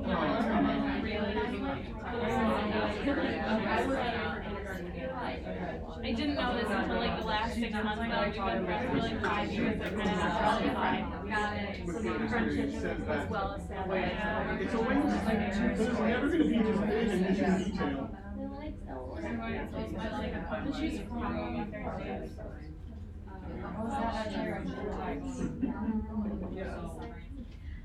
Okay. Welcome back. Let's get through the second half of phonemic awareness. Dare I say that some of us are having fun? Maybe a little. Some of us are out of control now. Some of us, oh, there's all my home alerts. Okay, there was actually a really good question that relates to this slide that I'm showing you. Where in the phonemic awareness spectrum would this skill fall? So this really is a spectrum of skills that your children have to learn and master. And it starts down here with a kinesthetic awareness of sound. So if you say, you're explaining to your students and they can answer, what is your mouth doing? When you say the letter P, what is your mouth doing? What are your lips doing? Do you feel that air coming out? And then try the letter B. B. What are the same questions, answers to that, for the letter B? So the first skill is an awareness that your body does something different when you're pronouncing each of the letters. So that's basic, first level. Next is blending two words in a compound word with an auditory prompt. So I would say, I'm going to give you two words, rain and bow. Put them together, and there's often this movement. Put them together, and what do you get? Rainbow. Great job. So that's another level. Level 3 is blending one-syllable words from an auditory prompt. So I would say something like, I'm going to give you 3 sounds, and I want you to blend them all together. The sounds are b, g. What's the word? Good. And often these prompts are going along with hand signals that you use so that the children understand when it's your turn to talk and when it's together turn to talk, or their turn, together turn. The fourth skill is recognizing and distinguishing between similar sounds. So noticing the similarities and differences between the TH in thin and the TH in then. Those are different sounds, right? Thin and then. One is voice, one is not. You'll see that in the video I'm going to show you of the teacher in a minute. Skill 5 is segmenting one-syllable words. So if I give you the word cat, you can break that up into k, at appropriately. Skill 6, isolating the initial sound. So a little bit harder than that is if I give you the word cat, you have to tell me what the first sound is that you hear, and you would say k. That's a little trickier. Even trickier yet is changing that initial sound to create a new word. So this would be, I'm going to give you a word, and I want you to change the first sound that you hear into a different sound to get a new word. So change cat into that, or hat, or at. Number 8, isolating the final sound. The final sound is actually trickier for children to isolate. And often if they're learning this skill and you ask them for the final sound, they'll give you the first sound or even the medial sound, which is the middle sound, before they will actually give you the final sound. That's a trickier skill for them. Number 9, changing the final sound. So you can see 6 and 7 are combined and 8 and 9 are combined. So their ability to isolate the sound and then their ability to manipulate it. Number 10 is isolating the medial vowel sound, the one in the middle. So if I give you the word nest, you can isolate that sound. Number 11 is blending 2-syllable words. So if I give you the sounds for the word basket, you can blend them all together. That's very tricky. And that's actually hard for some adults to do. Like when I gave you the word tractor, I could see a lot of you like, oh, geez, that's hard, that's long. So let's try this one. Break up the syllables or the phonemes in the word string. It's got that ng at the end. Ng. So there's 5 different phonemes in that word. That's hard. And then the last one is rhyming one-syllable words. So when you finally get to rhyming and your kiddos can rhyme, then they're ready to start some phonics instruction. So those are some of the skills that are required in order of sophistication. Okay, so as you saw on the quiz, as you read for this week, the 2 skills that are the most important when you're teaching children to read are segmenting and blending. So segmenting is the ability to break your spoken word down into their individual phonemes, and blending is the ability to say a spoken word when the individual phonemes are given. So they're kind of opposite skills. So some examples, segmenting first sounds. What's the first sound you hear in cat? That would be that isolation. Blending onset and rhyme. So if I give you the sounds L, you should be able to put those back together and make the word sell. Segmenting onset and rhyme. Say the sounds in pit, and you would break those up. Blending individual sounds, app.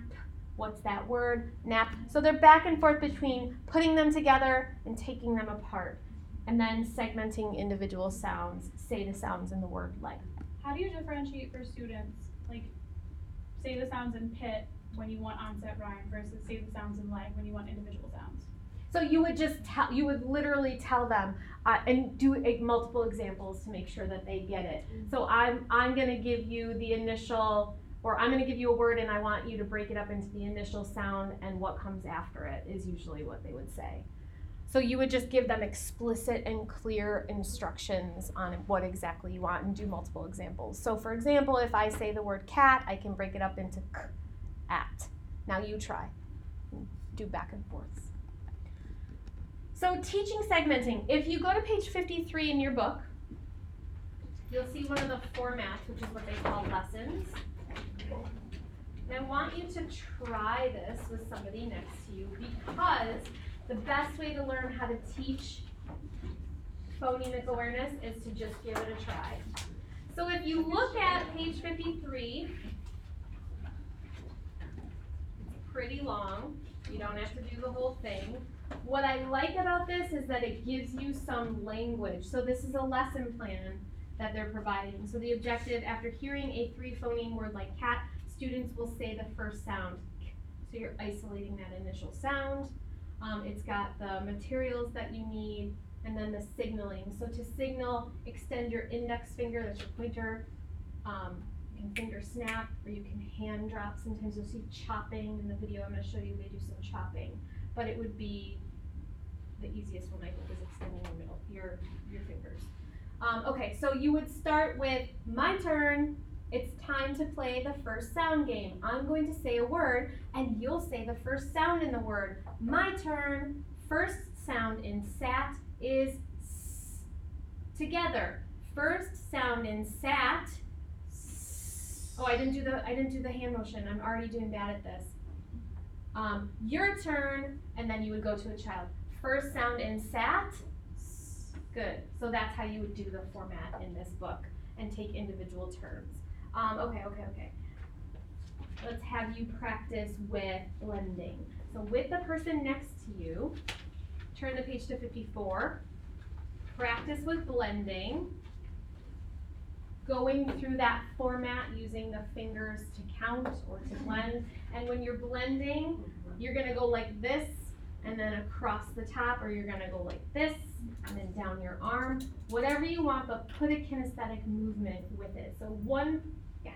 Oh, I'm sorry. No, you're okay. Do you have a question? Can we do it this way, or do we have to have our? You can go this way or this way, as long as the direction you're going is for the student as the reader going left to right. Make sense? Yep. So work with the person next to you. This thing? You could do this too. But then like what's the whole one of that? What is the whole one with this? Isn't it like, what's cool? Like this? So you need some signal when you get through the whole word. So Oh, you Cat. did this. cat. You did it with your other Cat. hand. For this one, they tell you to do like a rainbow over it, but I didn't know what it was for this. And this one, it's just run down your arm. You just like slide it. Like, you Slide it. Where the first letter is. Act. Right, you wanted to make sure that it was going right.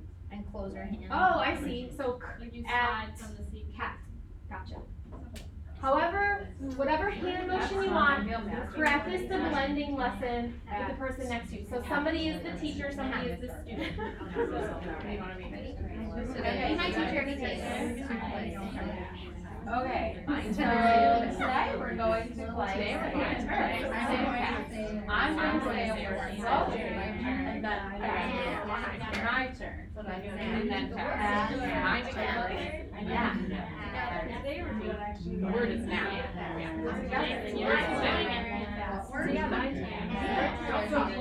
When we do together, time out. When you get to together, a good thing to do is open up like this, literally with your hands. My turn, nap.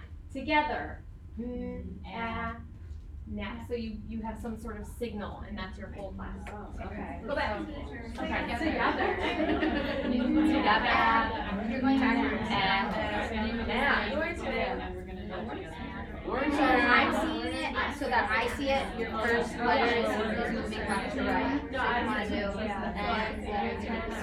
Excellent job. oh, are you lefty? That's why this is weird.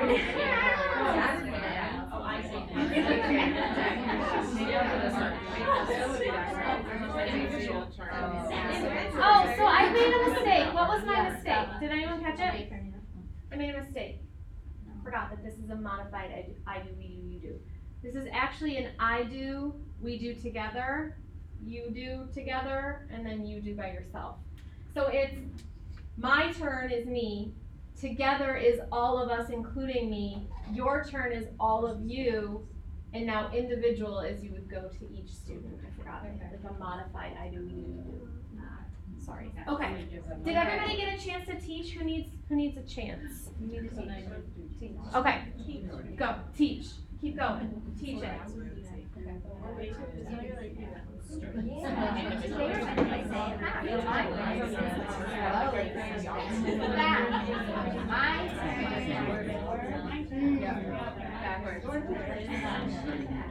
You would just do like the other Oh wait, that's frontward, that's the right way to you. Wait, then why was mine backwards? Yeah. Oh, because I'm using my left hand. That's why I was like, I know that I didn't know picture. I was like, this is going. Like that has to be backwards. No.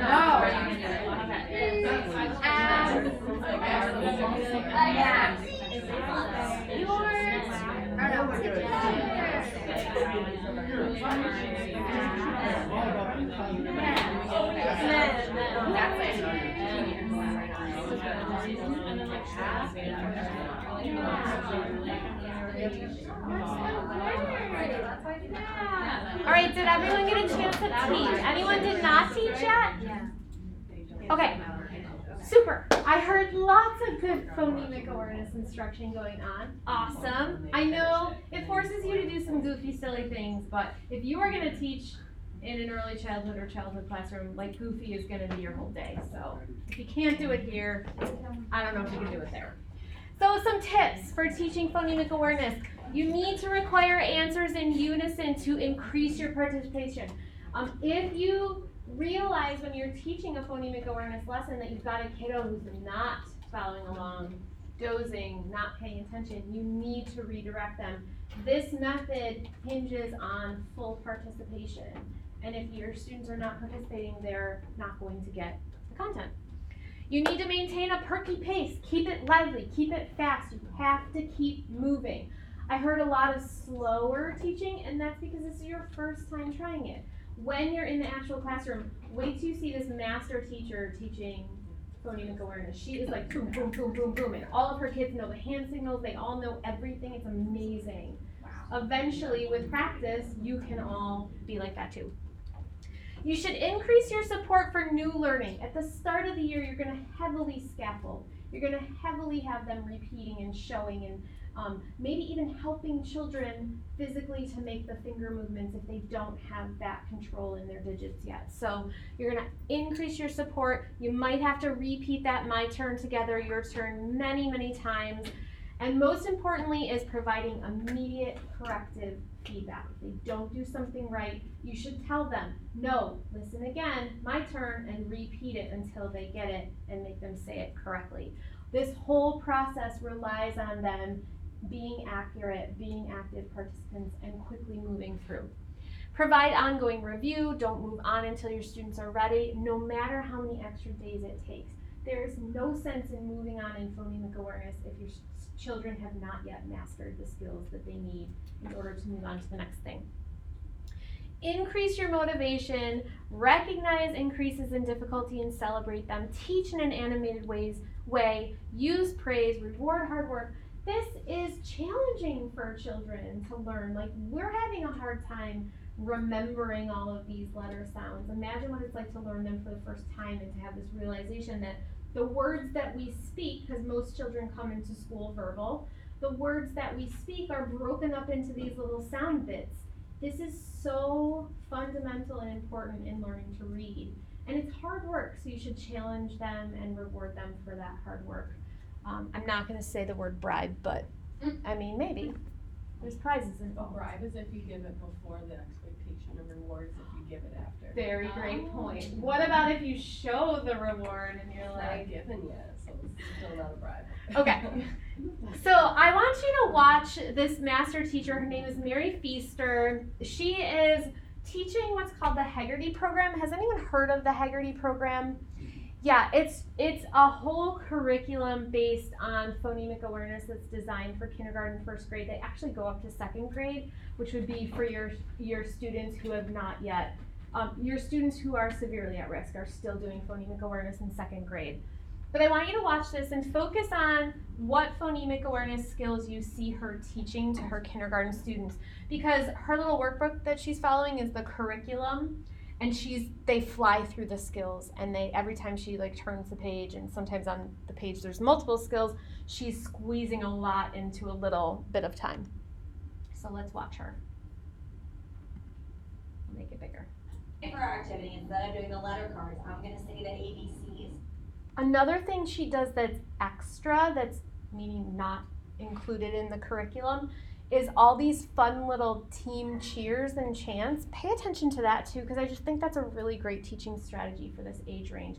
Notice how many kiddos she has. That's a lot of children squeezed on that carpet for phonemic awareness, and every one of them is engaged in watching her. And when I stop, I want you to say the letter that I missed. Okay? Got it? All right, here we go. Ready? A, B, C. What is it? C. D, E, F, G, good. H, I, J, K, L, M, N, O, P, Q, R, S, T, U, V, W, X, Z. Good job, round of applause. Okay, so your nonsense word category today is people in school. What about girls? Not girls. Girls. What about a principal? Not a principal. Principal. Good. What about a feature? Not a feature. Teacher. Good. What about zildren? Not zildren. Children. What about a manager? Not a manager. Janitor. What about a terse? Not a terse. Nurse. What about boys? Not boys. Boys. Last one. What about a necretary? Not necretary. Secretary. I don't know if they knew that one. That was a hard hard one. one. Same with janitor. Yeah, these are kindergartners. Ready? Pick page. Put down your hair. Good job. Next one. Walk wall. What do you hear? Good. Notice Red, she's doing whip. signals for the letters. Oh, good. Silly send. What do you hear? Awesome. Tell teeth. What do you hear? Good job on that T sound. Voice vet. What do you hear? Good job, Idris. Quilt quail. What do you hear? Whoa. Good, my friends in the back, help us out. Yes, yellow. There we go. What do you hear? Good. Zoom zap. What do you hear? Last one. Bet bag. What do you hear? Awesome job. Use your brain. So cute. Ready? I want to steal all her Let little me see things. your proper block. There we go. Remember, I chop, then you chop. That was good. That Slide was back see together, your you tell me how choppers many out. chops you did. Okay, ready? Famous. famous, famous. Good job. How many? Two. Good job. Ready? Pay. So they're counting. Paper. Paper. How many? Two. Next one. Tiger. Tiger. How many? Two. John, you have to sit on your bottom. Sit on your bottom and sit up tall. Sit on your bottom and then sit up tall. There you go. Can you see now? There you go. Ready? Next one. Obey. Obey. Obey. How many? Two. Fever. Fever. Fever. How many? Two. Awesome job. Keep chopping. Pumpkin. Pumpkin. Pumpkin. How many? Two. Good job, Alexa. Welcome. Welcome. Welcome. How many? Two. Three more. Picture. Picture. Picture. How many? Good job, Isabel. Sunny. Sunny. How many? One more. Purple. Good job. How many? Let's do raise the roof. Ready? Raise the roof. Raise the roof. All right. So this is tricky today. I need you to listen. I'm gonna read you a sentence. I want you to say the sentence, and then I want you to tell me the last sound in the words of the sentence. So all of the words in my sentence are gonna have the same sound at the end. So listen carefully for it. Okay? Pat got lost. Repeat it. Pat got lost. What sound do you hear at the end? Good job, Max. Next one. Liz sneezes. What do you got at the end? Good job. Jen can run. What do you hear? Good job. Say crisscross for me. Jill will call Bill. What do you hear at the end?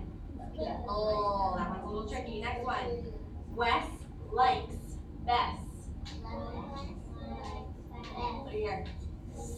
Good job. Next one. Tom came home. What do you hear? That yummy sound. Fred had bread. What do you hear? Having a hard time. Good. Last one. Help, Pop. Help. What do you hear at the end? Good job. Pat yourself on the back and say, yummy. Let me see your top those out. This time I give you the whole word. You say it, and then we chop it. Tell me how many chops, okay? Candy. Candy. How many? Two. Good job. We need everybody's help, though. Get your choppers out. Show me them. There we go. Ready? Basket. Basket. How many? Two. Good job, Aria. Carpet. Carpet. How many? Two. Good job, Sarah. Doctor. Doctor. How many? Good job, Maverick. Princess. Princess. How many? Two. Napkin. Napkin. How many? Picnic. How many? Elbow. How many? Two more. Ticket. How many? One more. Puppet. How many? Two. Let's do a roller coaster. Ready? Up yourself in. Hands up.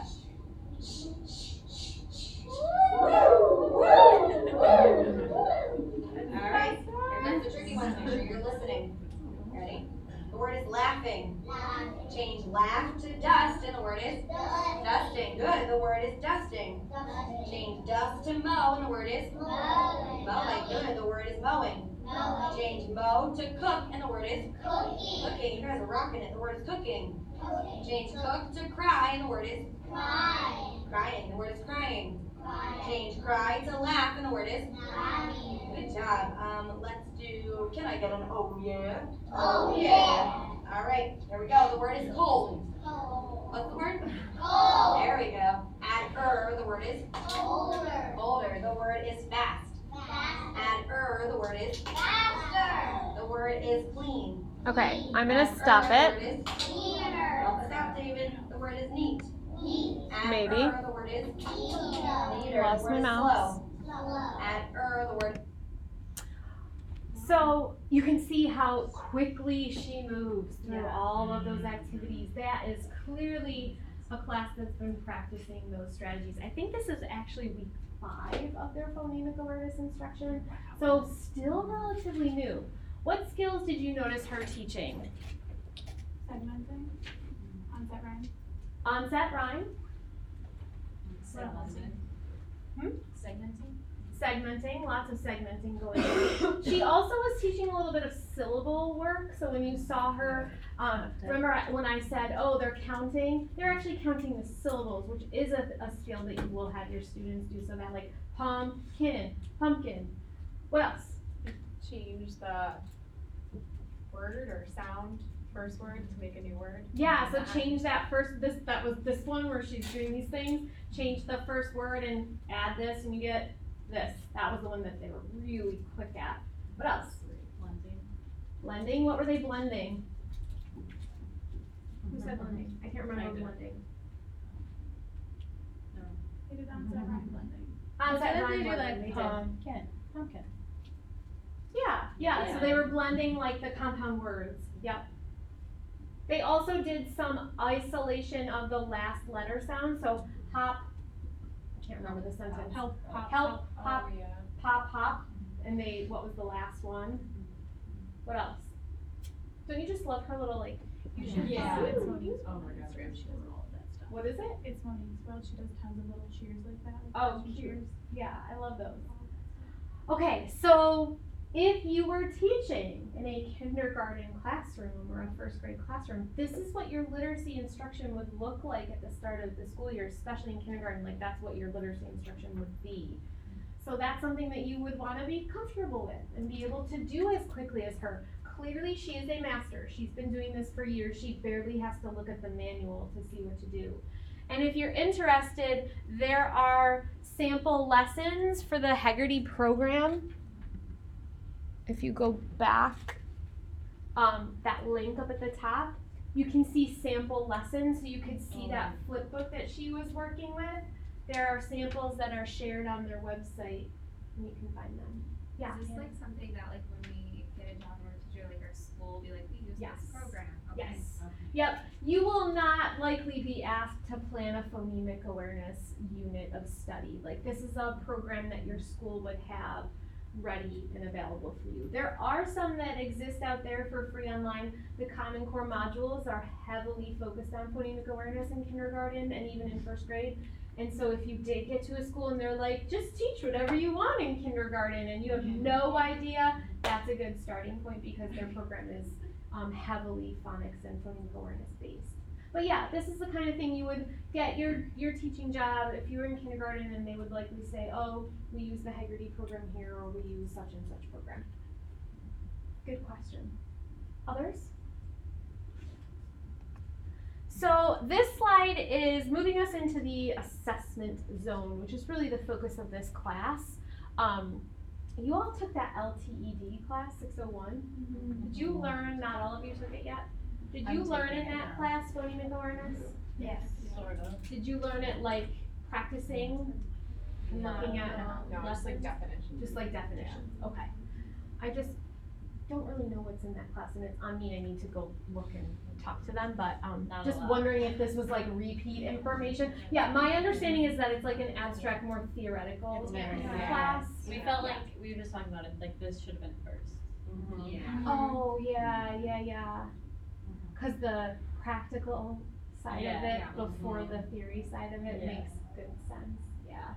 Is there another literacy class that you take before this one, 512. besides kind of. LTD? Oh, 512. Like the ELA course. Yeah. It's supposed to be ELA. Well, we you were like giving instruction to kids and That's we on didn't my have any list of to them. revise Yeah, we that didn't know class. what we were supposed to be instructing on, but we were supposed to Before instruct then? them. Yeah. That's what I'm in now. Well, Taking you'll them have together. it, you'll have it a little bit better because you'll have Yeah, some of this this would be on your really own. But this stuff should be in that class. Like this class is the assessment class, and I just stick this in there because I feel like We learned about my fountains sense was and that people didn't have. Oh, fountains and canal, which That's we will what talk But about. like, But not like but this. it's Not like, really. We've never no, practiced yeah, it. this is like, Practice. yeah, Okay. never, yeah. Okay. no one breaks it down to this level. Okay. Then I'll keep it. I'll keep it in. No one breaks it down to my level. That I get that a lot. Okay, so phony. Not that I'm the best. That makes me sound like I'm trying to say that I'm the best. I'm not at all. But yeah. Anyway, so moving into assessments on all of this. There are lots of options for phonemic awareness assessments in our Digging Deeper folder, including the Haggerty program. All of their assessments are free and they're published online and you can find them all. I downloaded them as PDFs and I put them in here. So you can see exactly how that program assesses to check in with the kiddos. The clay assessment that I'm going to teach you in the next few weeks, and hopefully you brought your book tonight, although I don't think we're going to get very deep into that text tonight. Sorry, bring it back next week. The hearing and recording sounds and words, that's hyperlinked because I know you all bought the textbook and you have it, but if you have, if you have this version, with the dark blue cover, this chapter has been updated and that will link you to the new PDF that I borrowed from Brooklyn. So that I scanned and made into a PDF. So if you're reading that version, which is the third edition, you'll need that PDF. And I made it with my iPhone, so it's not a great PDF. I apologize for that, but at least it has the updated version. And that's the only difference between that book and the new one. So we do have a subtest in the clay assessment for phonemic awareness, kind of. And you'll see what I mean when we go over that subtest in a couple of weeks. But if you test your student this semester with this subtest focused on phonemic awareness and they don't do well, that's where you're going to dig deeper. So after you administer Clay's observation survey, you're going to give all of the subtests, all of the running records. I'm going to ask you to start thinking about where would you like to dig deeper. You have to give at least one additional outside assessment that's not Clay in this class. And you can get that from wherever you'd like. I know someone was asking me, oh, I do AIMSweb in my school, can I use that? Yes. If you have access to AIMSweb, you can use that information on your student. If there's another digital assessment that your kiddo is working on, you can use that data. But you should focus your Digging Deeper assessment on an area that looks interesting, that confused you when you assess them. So sometimes you'll have them do a running record and they can read all of the sight words really, really well. They can read them perfectly. Then you get to the spelling test where basically here's what you do. Write every single word that you know how to spell. That's the prompt. And they can't spell any of those sight words. That's funny. How come they can read them all so effectively, but they can't spell them? That would be an area you might want to dig in and see what's going on with their spelling, what's going on with that process. So throughout the semester, we'll be looking at different Digging Deeper assessments. That folder has the phonemic awareness ones. And I'll talk about that again when we get to subtest 6. This is just a link to an iPad app I found that's free that focuses on phonemic awareness. Here's the thing I discovered this week when I was trying to find free apps on phonemic assessment. A lot of the world doesn't understand what phonemic assessment is because many of the apps I found were actually, can you guess? Phonics. I opened it up, there's a whole bunch of letters and words. The second you see letters and words, you know it's a phonics thing. And so I would just pass those on by. But I did find this one here. It's called Phonemic Awareness Bubbles. It's not great, but it's also not terrible. Like, I feel like it would hold a kindergartner's attention for 5 or 10 minutes if that's what you need, if that's what you're looking for your literacy stations. So I would point you to that one. It is an Apple and iOS products, and I'm not sure if there is the alternative for Android, but there it is. Okay, questions on any of that stuff? That's really as deep as we get in teaching phonemic awareness in this class. Every new literacy area that we focus on in this class, I do like a minute of how you should teach it, the kinds of strategies you might use. Our book is filled with really good examples of lessons. I will try every class when we're learning new skills and strategies to have you engage in some kind of teaching practice like we did today so that you at least get a feel for it. But that really is not the focus of this class, so we will be focusing heavily on the assessments more.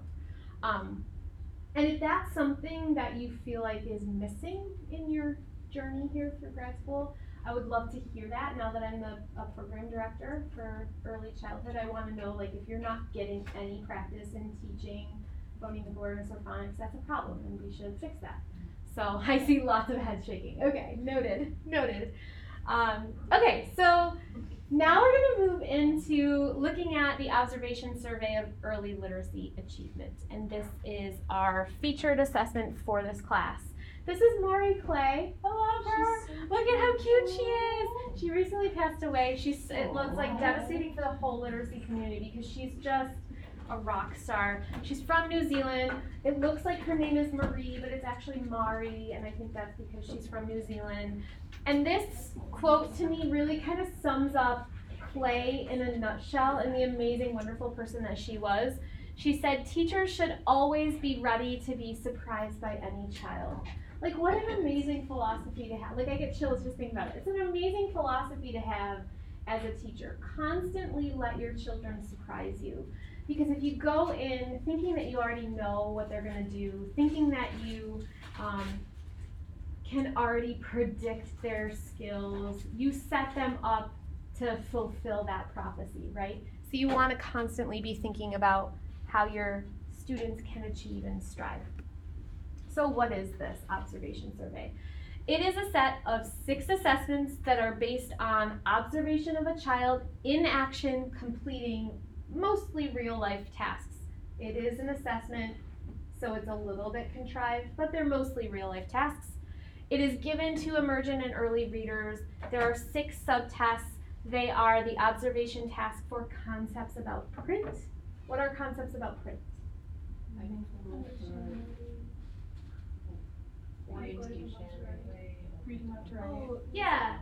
So if you hand a child a book, do they know that you hold it like this and that's the title? Do they know that you open it this way and turn pages this way? If you ask them to tell you where the front of the book is, can they show you? Those are some basic concepts about print. So there's a whole assessment focused on that. Why do we care about their concepts about print? But they can't hold a book, then they're not able to see it. They don't know the right way to hold it. Okay, so if they can't hold a book, and maneuver around a book, it's likely that they won't be able to read it. Great. What else? What else does the concepts about print show you or tell you? It tells you a lot about their prior experience to literacy and like print. Yeah, how come? Because if they grow up in like a print-rich environment where they're seeing lots of books and seeing people read books, then they'll kind of pick up on that naturally. Whereas if no one ever reads to them or they've like never seen a book, they're not gonna understand like this is the front cover, and then you open it up and you have the title page and then you open the next page. Yeah, it's pretty much like the instant barometer for if your child has any home literacy skills or any previous knowledge in literacy. If they see a book and they know exactly what to do with it, someone has clearly read to them in the past and clearly they have been exposed to literature. If they have no idea at all, then you know you've got a lot of work to do and you've got your baseline level of their understanding. Okay, running records are the second one, and I'm gonna confuse you because we're gonna do them out of order, and I'm gonna pull running records out because that's like literally its own huge, massive thing. There are entire books written about running records. So we're gonna pull that out. I'm actually gonna give you the Fountas and Pinnell. You'll hear people call it F&P, which just sounds like a dirty word. It's kind of fun. But I'm gonna teach you the Fountas and Pinnell style of running record training. I'm toying with the idea of a flipped model for that week of class where I send you videos and you watch them. Because how many of you have done running records before? A bunch of people. I don't want to waste anyone's time. So if you've already done running records, I also don't want to excuse you from class because I want to make sure that you've done running records the correct way and you know how to do them the Fountas and Pinnell way. So I'm thinking that week I'm going to send you videos and you're going to watch the training outside of class, and then we'll come in and go over the answers that you come up with during your class. And that will probably be a shorter class because you'll do a lot of the work outside. So stay tuned for that. That will be in the next few weeks. I can't remember what week it is on the syllabus. But that is what you'll do for running records training. Just so you know the kind of the history behind that, Mari Clay came first, Fountas and Pinnell came after, and basically used all of her brilliant ideas, tweaked things a little bit, kind of systematized and standardized the running record process.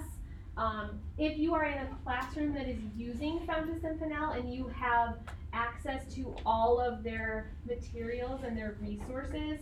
You're welcome to use them, but I'm gonna teach you how to do it freehand, which is the Marie Clay style of doing running records. So I know this doesn't make any sense to you right now, but it will, I promise.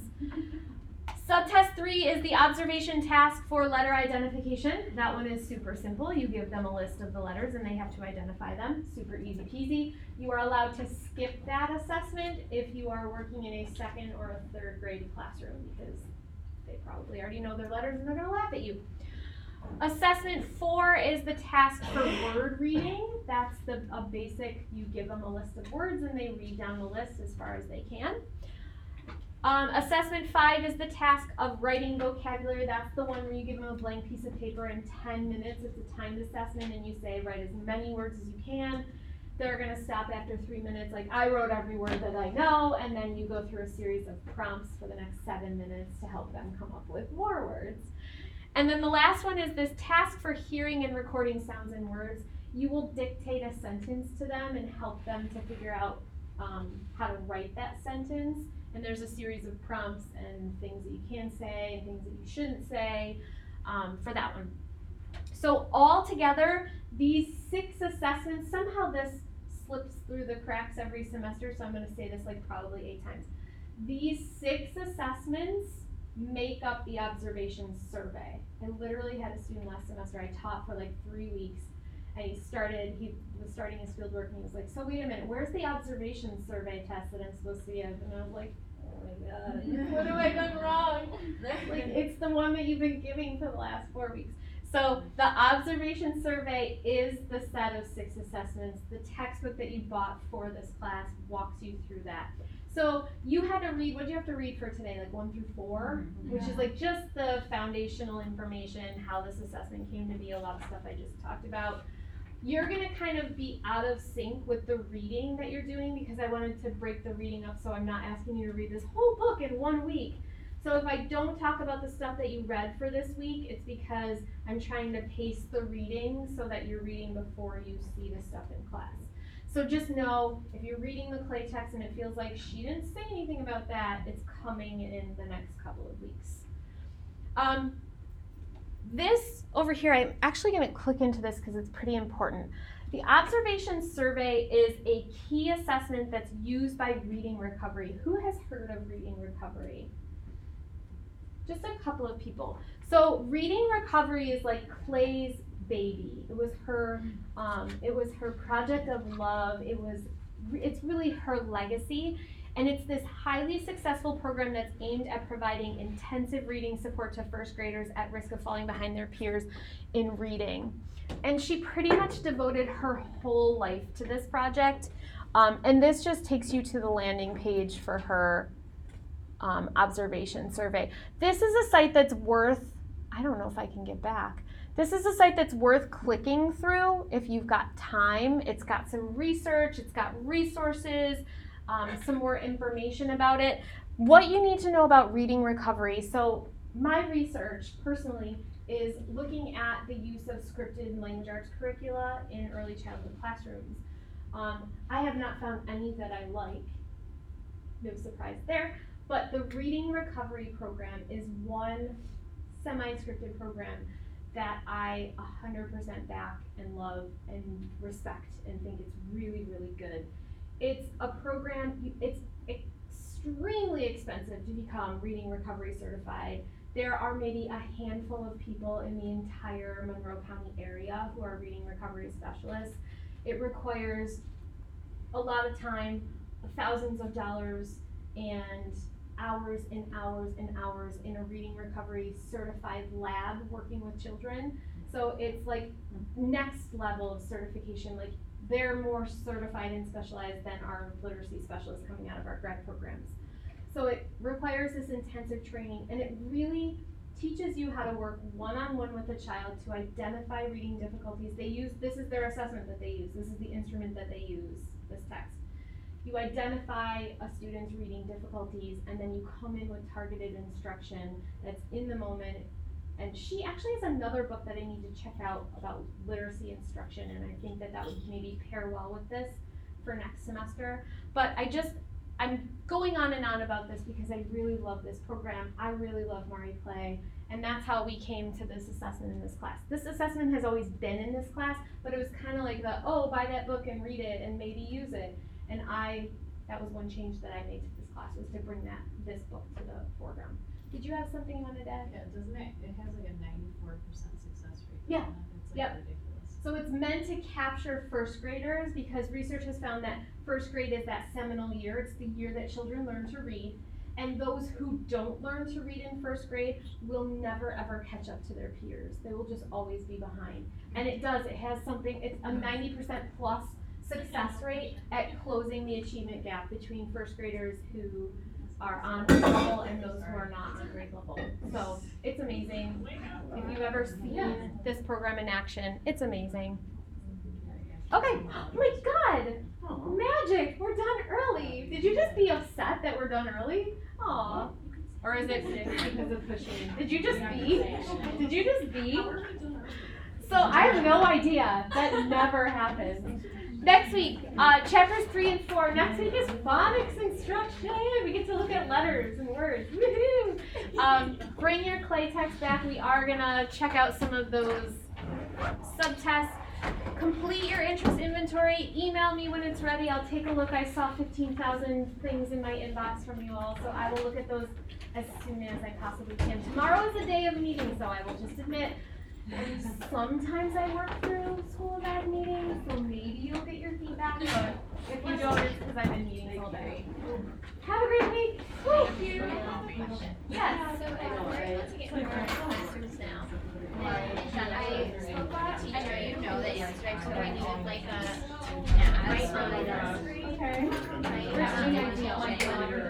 What grade are you in? Yeah. And is it like just the whole semester? Or what is this? It's basically the whole semester. You do a placement and special class. And they're both 7 weeks, one general and special ed, and there's like a week in between for new classes. yeah, so 7 weeks at each one? It's like 6 and 7. Yeah. And they're gonna be your. And it's every day, Monday through Friday, like 8 to 2, 8 to 3. I will work. Was work after school. So we don't have class Honestly, all I then. have is that You will have a just wanting to seminar. do- Yeah, that's like online, or right. But the rest of the time is just student teaching. So why do you guys learn that? I better shut this off. It's social studies. But is that a class? It's supposed to be I'm just social trying to studies figure AI, out. but you're